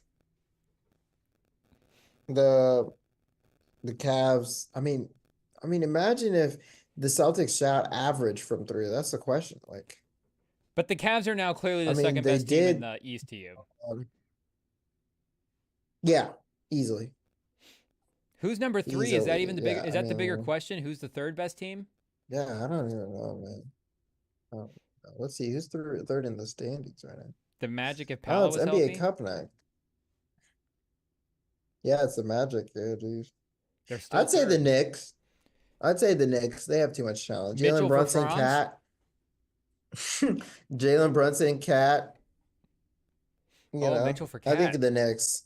No, not Mitchell for Cat. The Cat Knicks are the Knicks are the third best in the East. Get Mitchell to the Josh Spurs. Hart, yeah. I mean, Mikal Bridges. Imagine that. Oh, Mitchell for Bridges. Oh Lord, Mitchell and some stuff for we Bridges. lost him. Trade Bridges now. Chat, wake him up. Chat, the trade machine got him. I was Wake gonna. him up. I make no mistake. I was looking at some Bridges trade machine stuff earlier, being like, what if Yeah. he just pivoted now? But they traded too many first round picks for him. You would never recoup that. Oh gosh, this game's over. The Hornets are cooked. Who's The Hornets this are cooked. They scoring? were winning a second ago. Warford. That's a soccer team. He's winning. Down by 5, 39 seconds. Oh, what happened? Lamelo's not on the court right now. I don't know if he fouled out. He might have. He fouled out a couple of games this season. Yeah, I think he fouled out. Yeah, Lamelo's not on the court. Let me see. Okay. He wasn't playing in the third Was he either. He even might not have been in. playing? Is he out tonight? I'll No, he check was, here. yeah, 24 minutes. Oh. What happened to Lamelo? Did he get hurt? Charles Lee not happy with LaMelo's performance. He said enough is enough. LaMelo, 4 fouls. No, LaMelo just on the bench, 24 minutes. Yeah, maybe he twisted He an was ankle. having an off game. Yeah, I guess his coach just Charles Lee sat him because he was having an off game. 3 Not for a game, 13. bro. Brandon That's so Miller, though, dumb. 10 for 15, 5 of 8. And Trey Mann, Him- 4 for 6 from 3 tonight. Your boy. They benched him the whole Trey game. Mann. Nothing. Guess just because Trey Mann. You can't have them both on the court. I don't get this. Like, what is LaMelo so bad he just can't be in the fourth? Maybe it's LaMelo. How bad is This he? is Like multiple coaches now benching LaMelo oh in the my fourth quarter. gosh. They're just like, yeah, no, you're just not playing. Look, Like his defense can be rough, but geez, what are you paying all this money for? LeVar needs to bring you into his cabinet. You're pro LaMelo. Like how? Bare minimum? Like, come on, like just play him. Even if Trey Mann's cooking? Play them both. There's 5 players on the court. Miller, Grant Williams, Saloon? Grant Williams can hit the bench. You don't need to prioritize Grant Williams minutes. Grant Williams, but you got to put him out there for the entertainment values. People are showing up, they're paying good money to see good basketball. You got to throw Grant Williams out there. High quality minutes. Also, when no, you got to figure it out. Caleb Martin also isn't that good. Cody Martin. Cody Martin, one of the Martins. Not Caleb even Martin's Martin. Caleb Martin's better. Yeah, geez. Even though Cody, I feel like he's maybe getting more minutes this year. Maybe Cody's having a better season. I feel like we haven't heard much from Caleb Martin over on the Sixers. I don't understand this. No, LaMelo's crazy. Maybe he just needed maybe it's just one of those games, Because Borrego was just like benching him to benching him. Maybe Charles Lee has a plan. I guess. I mean, at least it's because he has an off night and not just because he feels like it. Because, yeah, Borrego would bench him when he was playing well. Yeah, exactly. And he was like, what? Like, I don't know. He would be shooting well, and they'd still be like, wow. You got to ask for a trade if you're LaMelo. For Mitchell? Maybe. LaMelo for Mitchell. Make the team a whole lot more fun. There it is. I think we got it. Bring in unselfish Call LaMelo to not play hero ball in the fourth quarter. You want to solve your fourth quarter problems? You trade for LaMelo. There you go. Fourth quarter scorer. That's what we've been talking about. Would you do Trey for LaMelo if you're the Hawks? Or if you're the Hornets? If you're I'd love that. Would you do it if you're the Hornets? No. No? You trade for a shorter, more Shorter ball for hogging, LaMelo? bad defense guard. Yeah. But Trae Young plays in fourth quarters, though. Trae Young, That's Brandon, because I and don't Brandon know. Miller, that's kind of Should fun. the Hawks play him in the fourth quarter? That's a real question. Mmm. Got the defense length. I don't know, man. Well, Bogdanovich Not is hurt right playing your now. star, not playing your franchise guy in the fourth quarter is just not a good idea. I don't know why that has to be a hot take, but it's mine. Like, play your star in the fourth quarter. What's the You're paying him correlation all this for money.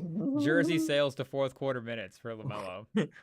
If his contract's over $100 million, he should probably be playing in the fourth quarter unless he's hurt. Like, there's no reason they should be a healthy scratch. I don't, hot take, but LaMelo's the only contract that gets treated like a nice car, where they're like, I don't exactly. want to drive it.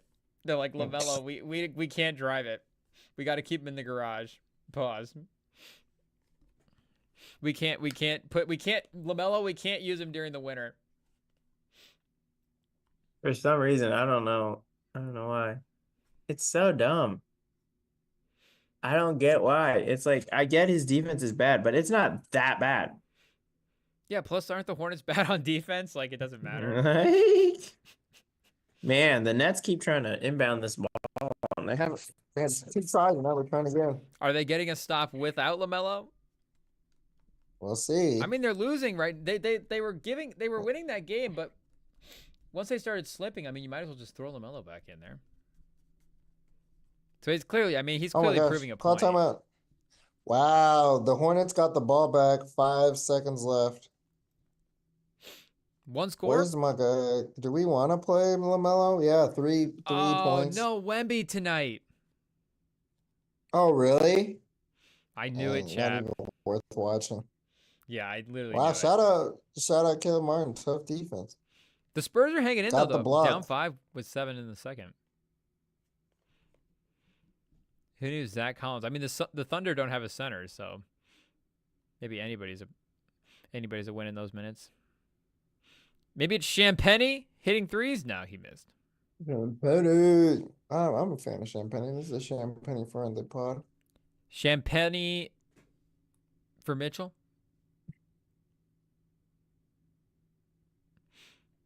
Maybe you do like a couple. Jalen Williams for Mitchell? Oh, now we're thinking. Why are you so desperate on trading Mitchell? Well, now I just want to think of a good one. Now I There's just want just to. no one good. There's not good options out there. Like maybe him and Allen for Giannis. Oh, that's kind of fun if Yeah, you're the get real Bucks. frisky. Yeah. Just swooping in with a better trade like that. That's like a little Kawhi DeRozan-y. Yeah. Yeah. Well, except I feel like Mitchell has a better resume than DeRozan. Yeah, at least in the playoffs. Mitchell and Dame together? I mean, that is pretty fun. In theory. They're just like, screw it. We're gonna go with 2 small guards who don't play defense who are Yeah, can they trade for LaMelo at that point? It's crazy how they need a 3-pointer and they don't have LaMelo in. Just literally bring him back for one play. Can't do it. So stupid. LaMelo's grounded. Literally. They're like, Charles Lee said it's my turn to play on the LaMelo court. leads the league in groundings.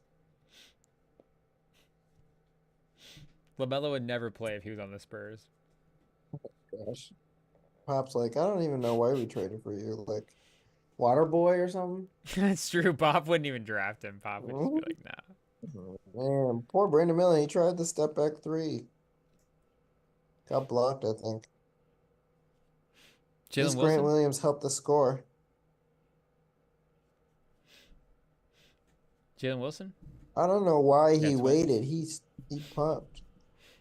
Wow, who got more fourth quarter minutes, Ben Simmons or LaMelo? That's great. Who knows? Ben Simmons for Mitchell. Now we're cooking. Ben Simmons for Giannis.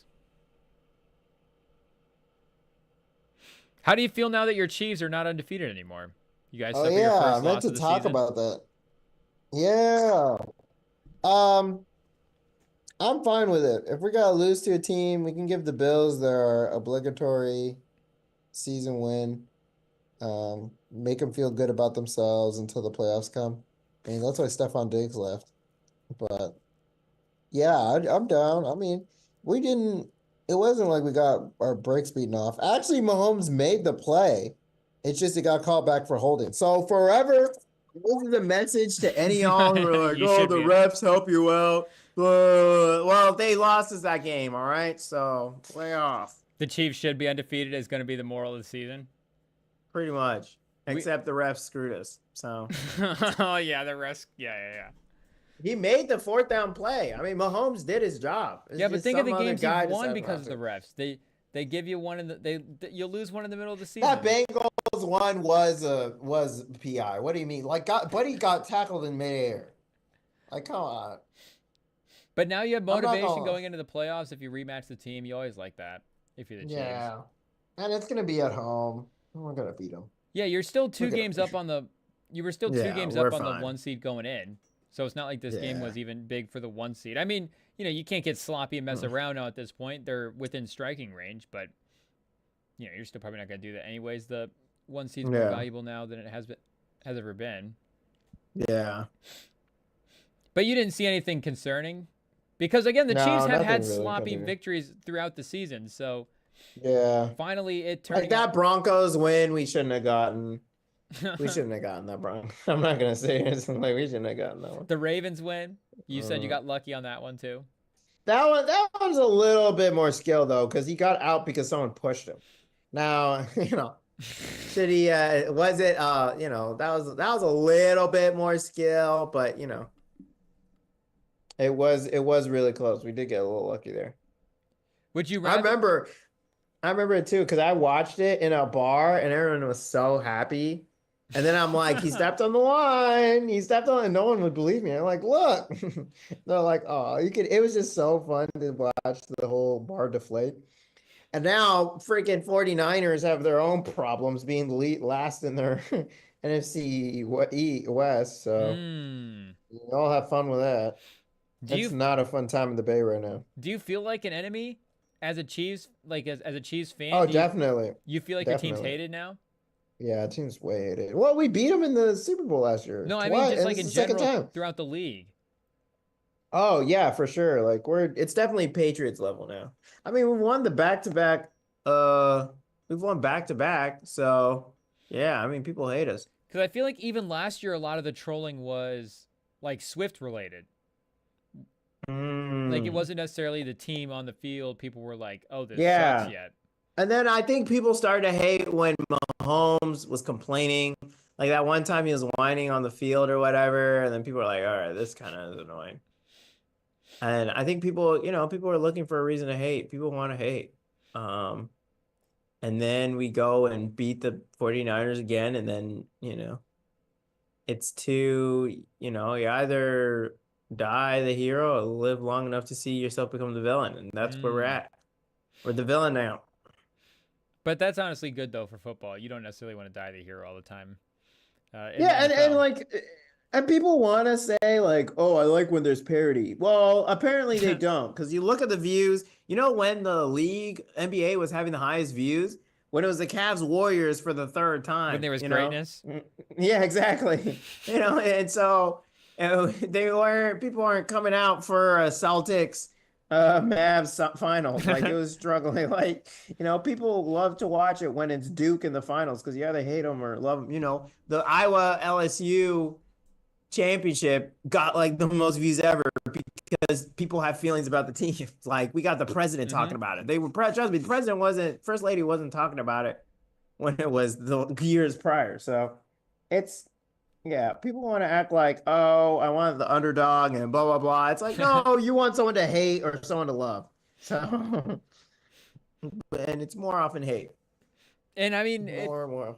it feels like the NFL has two of those teams. Everybody hates the Chiefs and everybody loves the Lions. Yeah. Feels like that's what we're on pace to get Yeah. right now. Yeah, no, everyone loves the Lions. And they're easy to love. I mean, I'm not gonna lie, the Lions, I'm really happy for the Lions. I mean, knowing Lions fans, knowing the history, like Yeah. they've been in some real doldrums. Like it's their time. They deserve it. This is Poor actually guy how has it should happen. been. Like, Yeah. bad teams become good every once in a while. At least with Wemby being out, Bassey's getting some minutes finally. He's playing well. The Yeah. I'm Bassey watching this Castle pick and roll I'm watching this Nuggets game. versus the Grizz. Um, yeah, it's an 11-point game, 3.5 minutes. Looks like no Jokic right now or John Morant.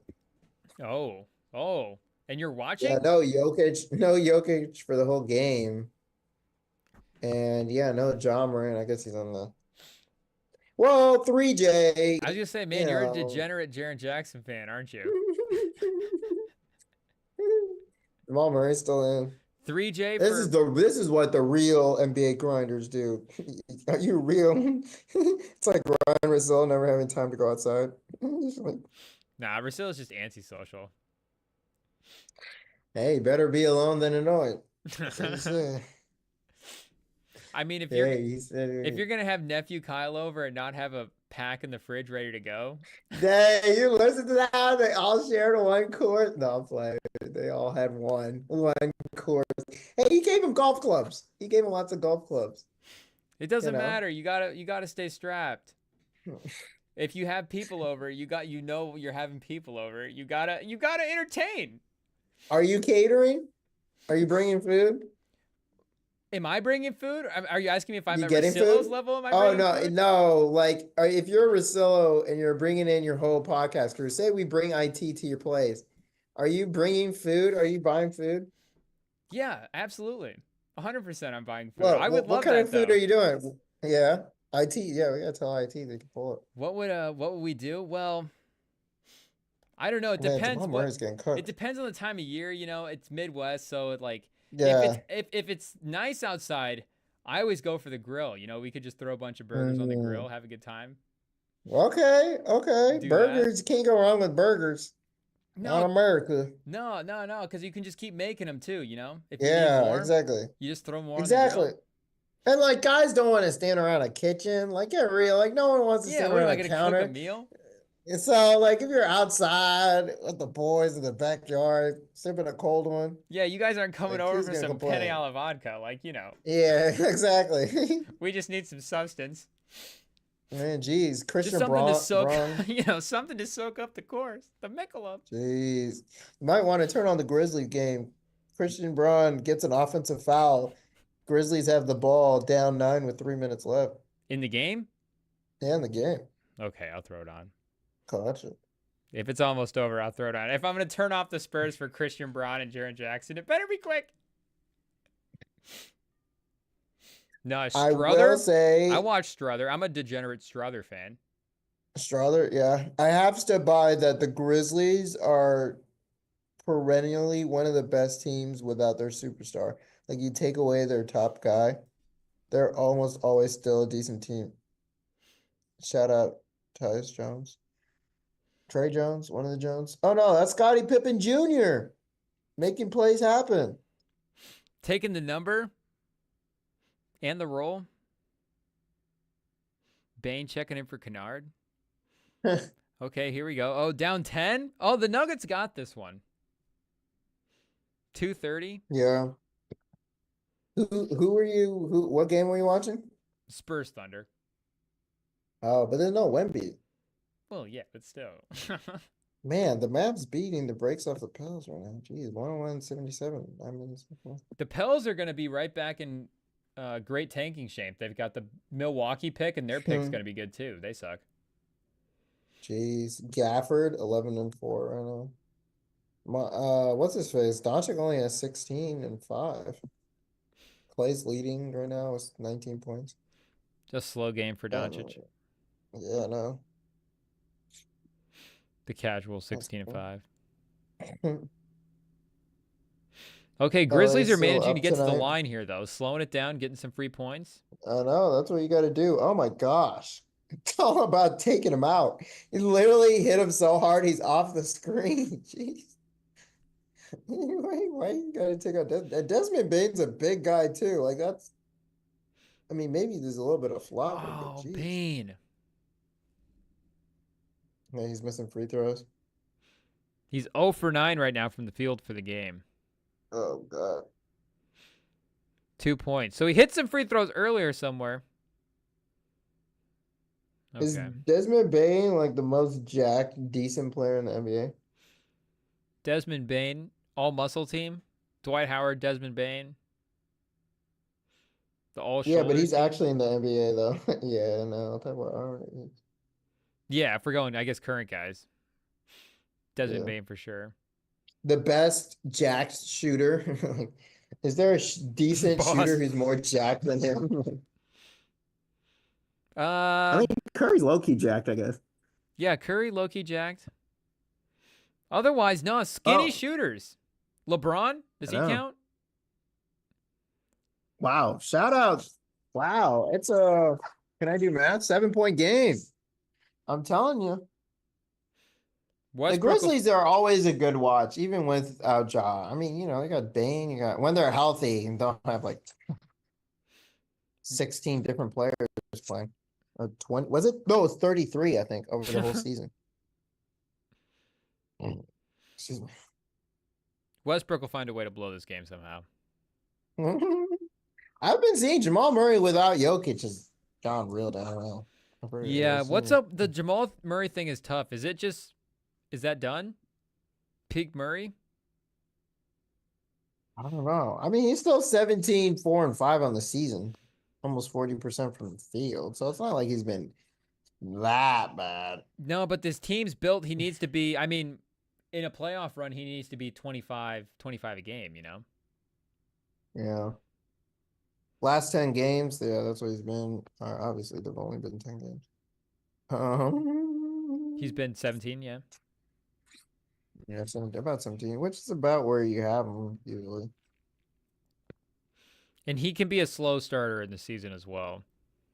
Yeah. So he could definitely, I wouldn't be shocked if he turned it around later. But But Michael Porter has been cooking though today.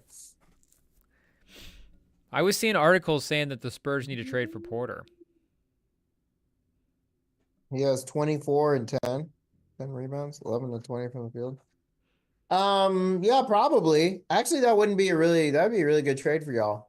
I think you need a shooter, off-ball guy. Length wouldn't hurt. Porter for Mitchell. But I don't know who the heck you have who could get Porter. I mean, Murray couldn't even get past Scottie Pippen Jr. right there. Probably hurt, honestly. Ends up taking the terrible fall-away shot, air ball. Memphis back down the other way, cuts it to 5. They might need to run this through Porter at some point. Yeah. Their options right now are Westbrook and Murray without Jokic. That's a Sarge three-pointer. Sarge and the Jokic role. There's a reason Jokic is a 2-time MVP. Like 3-time MVP. 3-time. He's that good. Westbrook with the brick on the mid-range. Oh, jeez. I mean, this might be the Nuggets without Jokic might be one of the worst final 5-minute teams in the league right now. Honestly, their offense is so bad. How are they at 115? It's so bad. I don't know how they got to this many points. I mean, because think about their team. Like, who's really a playmaker on this team besides Jokic? How are the Grizzlies losing? Jamal Murray's never. You're talking up the Grizzlies right now. They're getting beat by this, this well, bad Nuggets team. The Grizzlies, they're a scrappy team, but they're not. I don't know. Okay, Murray still can't get to the basket. It's a tough 3. Well, they got the ball back though. I mean, I think they're up ahead of a couple seconds. it's still a 2-score game. Dario Saric set up. Oh, the Grizzlies. I mean, this is the importance of star players at the end of games is just their ability to convert bad looks. Well, that's why they make hundreds of millions of dollars. Yeah, you see these teams, the sloppiness at the end. They can't get anything to go. It gives it almost college vibes. Jaren Jackson barreling to the rim. Oh, Mm. Saric on the other end finally gets a 3 to go. Yeah, that's good. 8 points, 27 seconds. GG's. That's crazy to think if they just had one bucket at the right time for the Grizzlies, there would have been fine. But Jaren Jackson jogging on defense is going to get you that. You can't leave Saric open like that from 3. Not that open. Jeez. Just go home at that point. I think that's where he was going on defense there. Mhm. He just started walking back. Wow, Nuggets closing the game out somehow without Jokic and without getting a single good look on offense. That's the real. Never been done before. How a team won a game real. without a good look. That's the real achievement. Oh, and the Spurs are going to be leading this game going into halftime. Oh, geez. Steven Castle, the takeover. 60 points. 60 to 57. Clendon Johnson right now is having a great game for y'all. Oh. On pace for 34. Upping his trade value or stay value? Definitely straight value, but whatever. Barnes is at 13. Yeah, Castle is only at 4 points, but 7 assists for Castle, the playmaking? Turning into a real point guard? Chris Paul only has 5 assists. He has more assists than Chris Paul. Yeah, Johnson with 17. He hasn't missed. He's 6 for 7. Bassey 8 and 4, 3 for 4. The scrappy Spurs. Spurs. Hey, who knows? No, that's why sometimes you need games without your superstar. Really develop your other players around them. The Thunder are not really hitting 3 super well right now. They're at 36%. Shea's only taken 7 shots. He's 4 for 7. Jalen Williams is 7 for 13. But you've got Dort at 0 for 5. Caruso's 0 for 1. So I assume once Shea takes over the game, the Spurs are cooked. But Go. And yeah, once Caruso just decides to lock up on defense. But wow, what a first half hanging in there with the number 1 seed Thunder. The unbeaten, the top teams all going down. Chiefs, Cavs, Thunder. Well, they're not unbeaten. Well, but they're a top team. Yeah. Close enough. Close enough. Are there any soccer teams left that are unbeaten? Number 1 seeds. No, the season's been going too long. Any UFA teams? We'll see once the season starts back up in the spring. Even though I don't know if you've been keeping much track of UFA, but the Minnesota Wind Chill champions have been signing some big superstars. Oh, they're gearing up again? They're gearing up. They brought in Philadelphia superstar James Pollard. He played on the mixed club team in Minnesota, Dragon Thrust.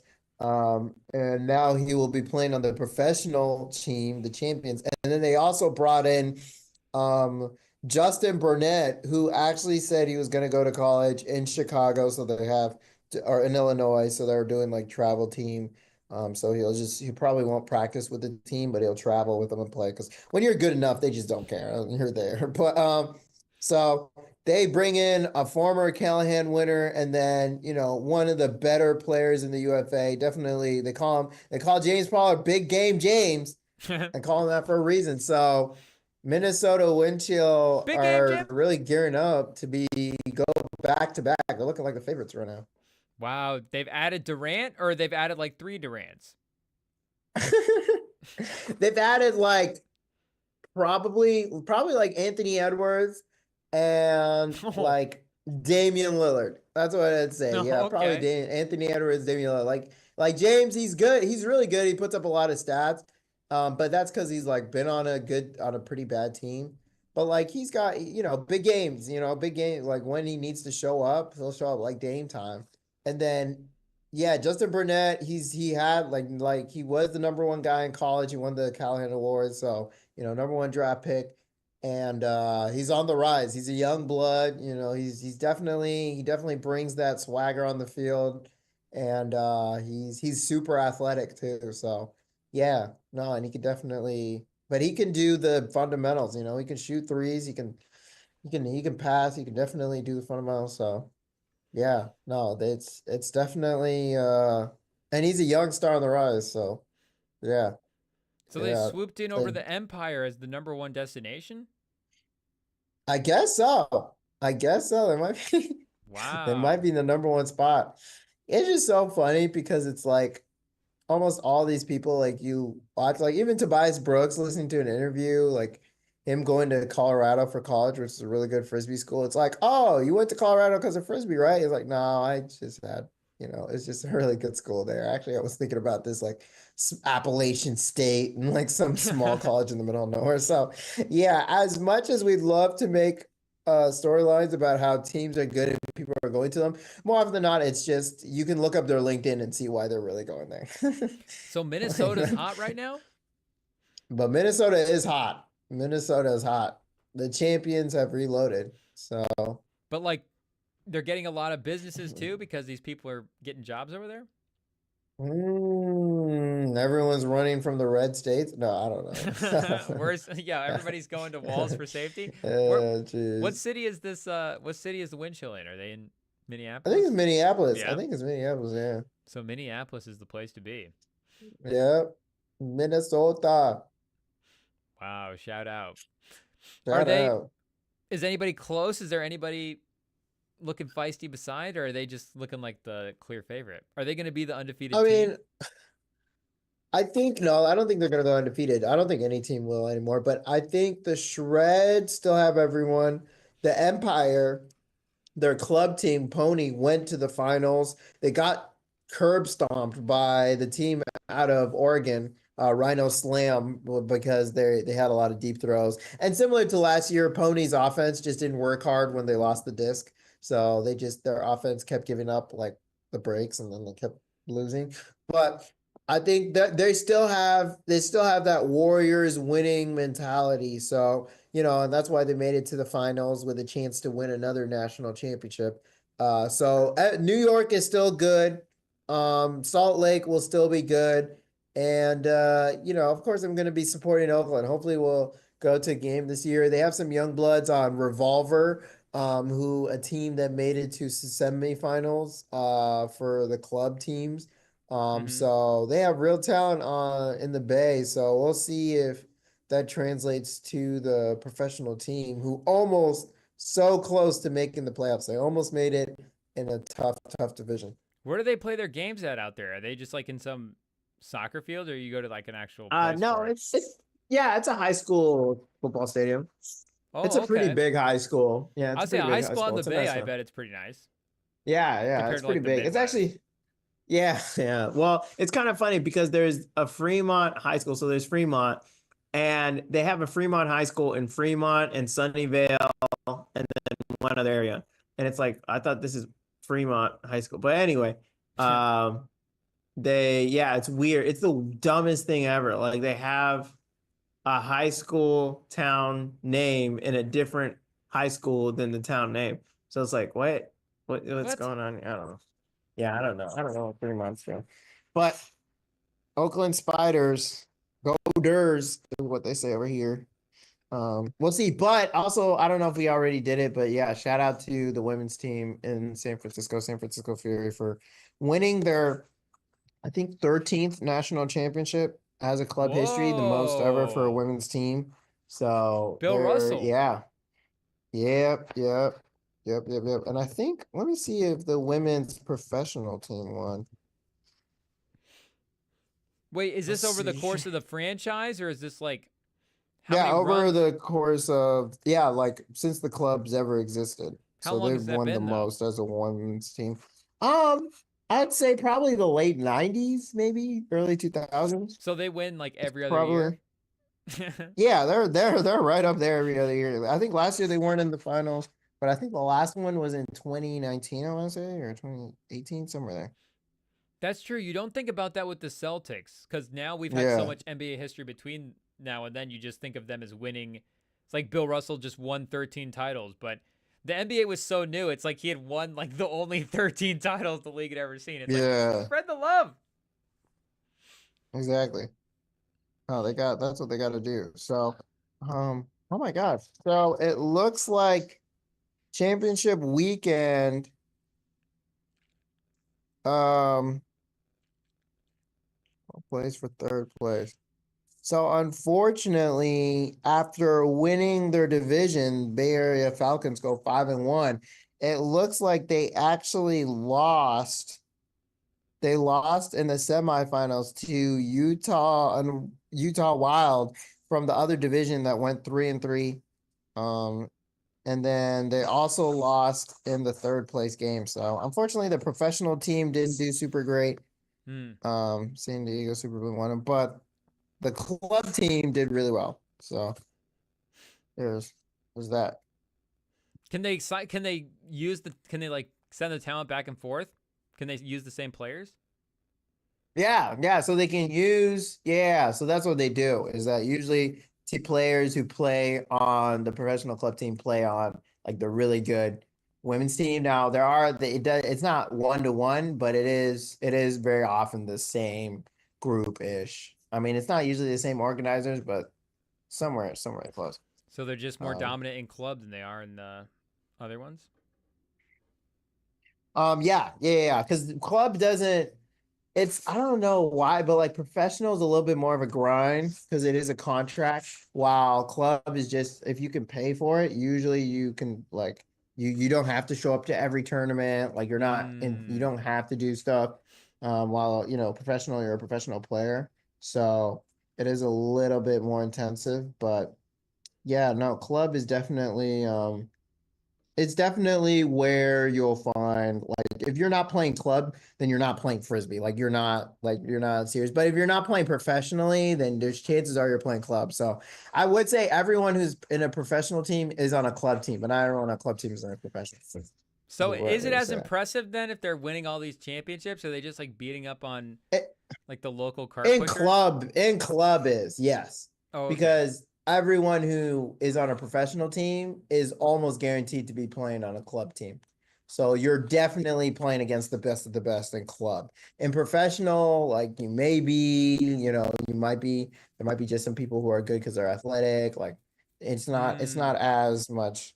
Um, so it's kind of like frisbee purists and club. Also, something that happened this past weekend, the older players. So if you're over 30 or over 40, let me see. I think older players in frisbee had the World Masters National Champ or World Championship, and shout out to the men got silver and the women got silver also. But we got gold in the mixed, so men's and women's. So Oh, unfortunately, they lost men's and the women's divisions, but we are world champs in the mix for the older no players, World podium? Masters. So, so no, they made the podium. They got second, but that means they lost the gold medal game. So it is kind of funny because at tournaments, like it almost feels better to win the third place game than to lose the second place game. So Yeah. yeah, The team with that's not second place is happier because they're off a win. exactly, Yeah. exactly. And usually it's a dominant win. Usually you're like, Mm. beating them pretty bad, or you know. But Wow. So we need to yeah. overhaul the we need to improve the ultimate frisbee system in America. We're not keeping up with these other teams. Who beat Uh, us? I don't know actually. I think it's just the Masters, so it's like the older players, but we don't really count them. Wow. So the previous But it generation was was here ahead in of us. yeah, but it was here in California, I guess. Well, I think more and more players have found more money into being trainers and then like, training and doing videos and like teaching kids how to play instead of actually playing themselves. Hmm. So it's like, why would I go pay money and thousands of dollars to go play myself when I could, you know, do YouTube videos and calls and stuff and train other people? So Is there a it's lethal a shooter little for ultimate frisbee? a lethal shooter. Yeah, Rowan McDonald, I would say. He Oh, did a okay. video. He did a video where he showed like 80 different ways to throw a frisbee or 100 or something. Yeah. It was like, yeah, like he does like 80 different throws. Like it's like, let me see if I can find the video for this. Like he like different like throwing patterns, like flight patterns, No, spins, like different ways to throw a frisbee from one person to another. different form, 80 different forms. Yeah. And Whoa. it's like legit too. Yeah. So he's legit. He I did thought there like was a just whole two. program. Yeah, exactly. Well, there's two basic ones that you actually use. Oh, so he did 100 ways to throw a frisbee. Is he just like a spinning backflip sideways half throw by the end of it? No, it's legit. Here, I'll show you. Well, there's like different hands, but he has it. Here, let me see if we can get. Oh, we need sharing. We Can you need drop it in sharing the chat? permission. Are you gonna stream it? Can you drop it in the chat? Yeah. Here, I see if I let's can see. pull it up. Rowan McDonald, does he play at all? Yeah, he plays. He won the national championship, not this year, but the year before. Um, and Oh, he plays all over the world. He's probably, in my opinion, the best ambassador of the sport. Like he's best at going around the world. Like he's a really cool guy, has a really cool story. Like he started late, and he like just grinded. He was one of the people like lived in one of the teammates' rooms. You know, he played with like they call him Ironside. It was like an old, like really hardcore frisbee. Like let's just say he went to a really good program, really got developed in Boston, then went down to Washington D.C. where he's at now, and then he's like kind of grown. He's really a really good ambassador of sport and really cool guy. okay. I think I can pull it up for the. Probably one of the biggest followings too. 23,000 followers on YouTube. Ooh, Has a okay. great I think I can pull it up for the people. I Oh, don't know okay. if I can. Here, let me know when you press play or something. I don't Or know I if could I can just share watch it. it on the stream. I can just watch it on the stream. Let me see if it'll let me do it. I don't know why it's not. Chat, I'm an old man sometimes with the IT. Oh, Lord. IT, get in there. Help him already. See, I'm struggling. Yeah, can we get an intern over here? What do we pay you for? What's going on? Is it going to copyright me? No. Oh, I wait. mean, it's not like you're selling it. No, here it goes. I just didn't know why it was not giving me the video. Okay. Hmm.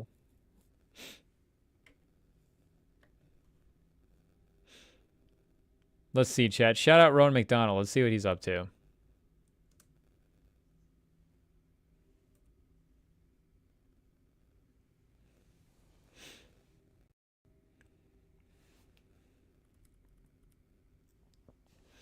Okay, starting off with the standard backhand. You love to see it.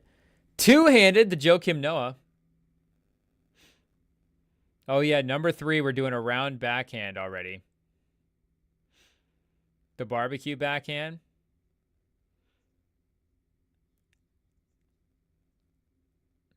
How many of these have you tried? Have you done all of them?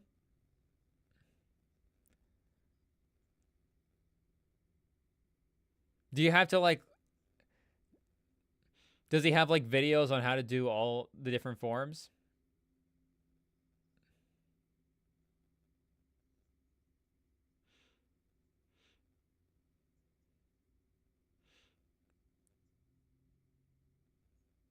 How often would you use a two-handed throw? I was going to say that one doesn't feel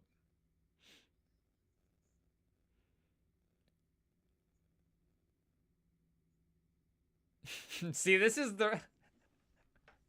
it's the real frisbee stuff that I just don't know about.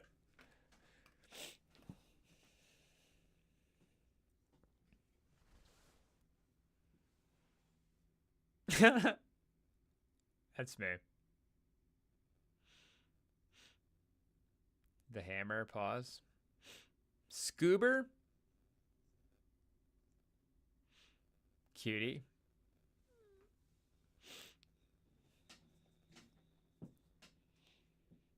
So is an airbound something that you would use in a game?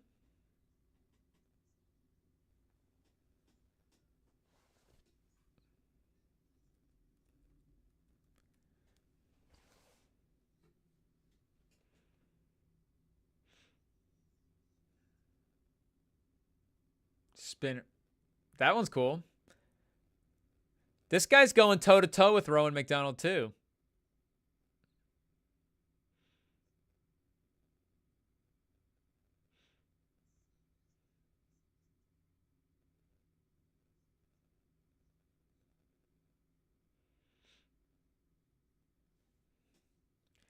See, I'm not even going to lie. I've lost track. I feel like he could have repeated a couple low-key, and I don't even know at this point. I mean, 36 in. How am I supposed to remember what number 17 was at this point?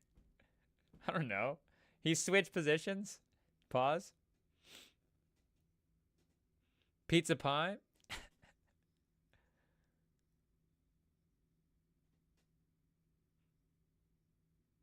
What is it?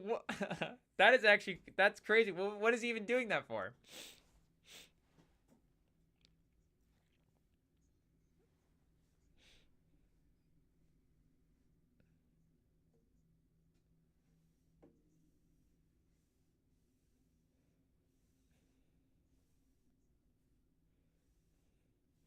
Is Ray Gun in that? Ray Gun just retired from breakdancing. Maybe she needs to get into frisbee dancing. Whoa. Ooh, a kick. Yeah, you should get a kick.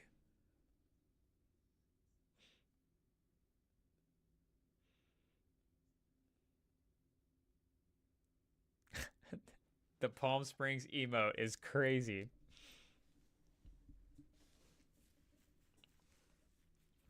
Ooh, bounce pass. Is that legal? Can you skip it off the ground?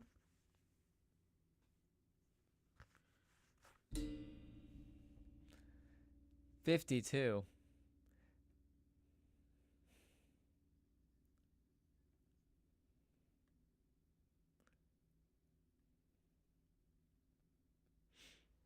The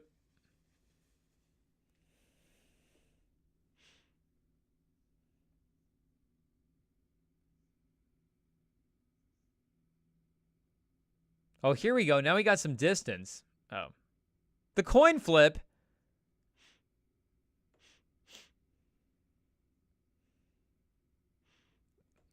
I think they should call the coin flip to Danny.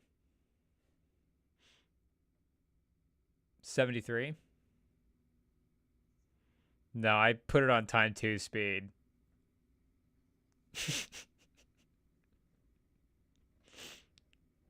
Well, I want to watch it twice, so I just, I got to get through it.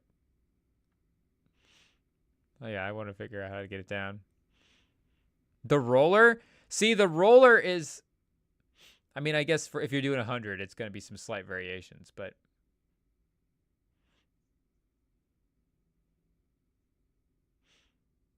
The hat pass? He just had one where he set it on his head and just slapped it to the guy.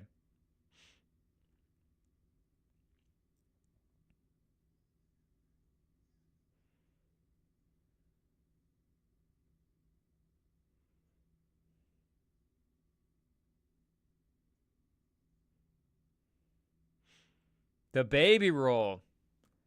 The chicken wing. I'll count it. I don't care. I don't care enough. Waiter flick. The waiter flick feels cool. Waiter backhand's ridiculous. Yeah, some of the end The ones were. Roller. Flick roller. Oh. Mortal Kombat. The Timmy. All right, y'all now making up stuff, bro. The Timmy. Like, the turbo. I'm pretty sure that was a pass you already did. No finger. I have the finger flick where. Oh, did we lose Sam, people? I was watching Spurs Thunder, and it got me distracted. But shout out. Well, a great way to end it on a little Rowan McDonald. Well, should we get back into the right scene, right scene so we're not split up, chat? Oh, geez. IT, get it together. Okay, we're back. It's okay, chat. The surprise, he surprised us on a Tuesday. We'll take it. But Spurs Thunder in the second half. 9 minutes left. Spurs starting to pull away as well. So an exciting time. I think we should probably go finish the rest of this game. Shout out to the Cavs for at least getting to 15, even though is it enough? But yeah, great start to the season. Kenny Atkinson, Donovan Mitchell, they definitely got something brewing. In Believeland. Is it time to believe? I don't know, but definitely time to have fun watching basketball. If you're a Cavs fan, time to have fun watching basketball. Spurs up by 16. 74-58. Wiggins driving. Who needs centers? There's literally no centers that I guess Zach Collins. Does he count? I don't know if he counts, but shout out, chat. We'll be back later in the week. We'll be back all weekend again. Another stacked weekend. Lots of stuff to get into, react to. We'll be having a lot of fun over here on the YouTube. So subscribe, stay tuned, tell a friend. We're also on Instagram, TikTok, Spotify, Apple. We're on all the social platforms. We're all over the internet at Rem and Sam, at Rem and Sam Podcast. Thank you guys for jumping on tonight. Shout out, Sam. Hopefully you're okay. Hopefully it was just the computer in the Zoom acting up. But we will be back later in the week. Thank you guys for listening. Have a good night, people.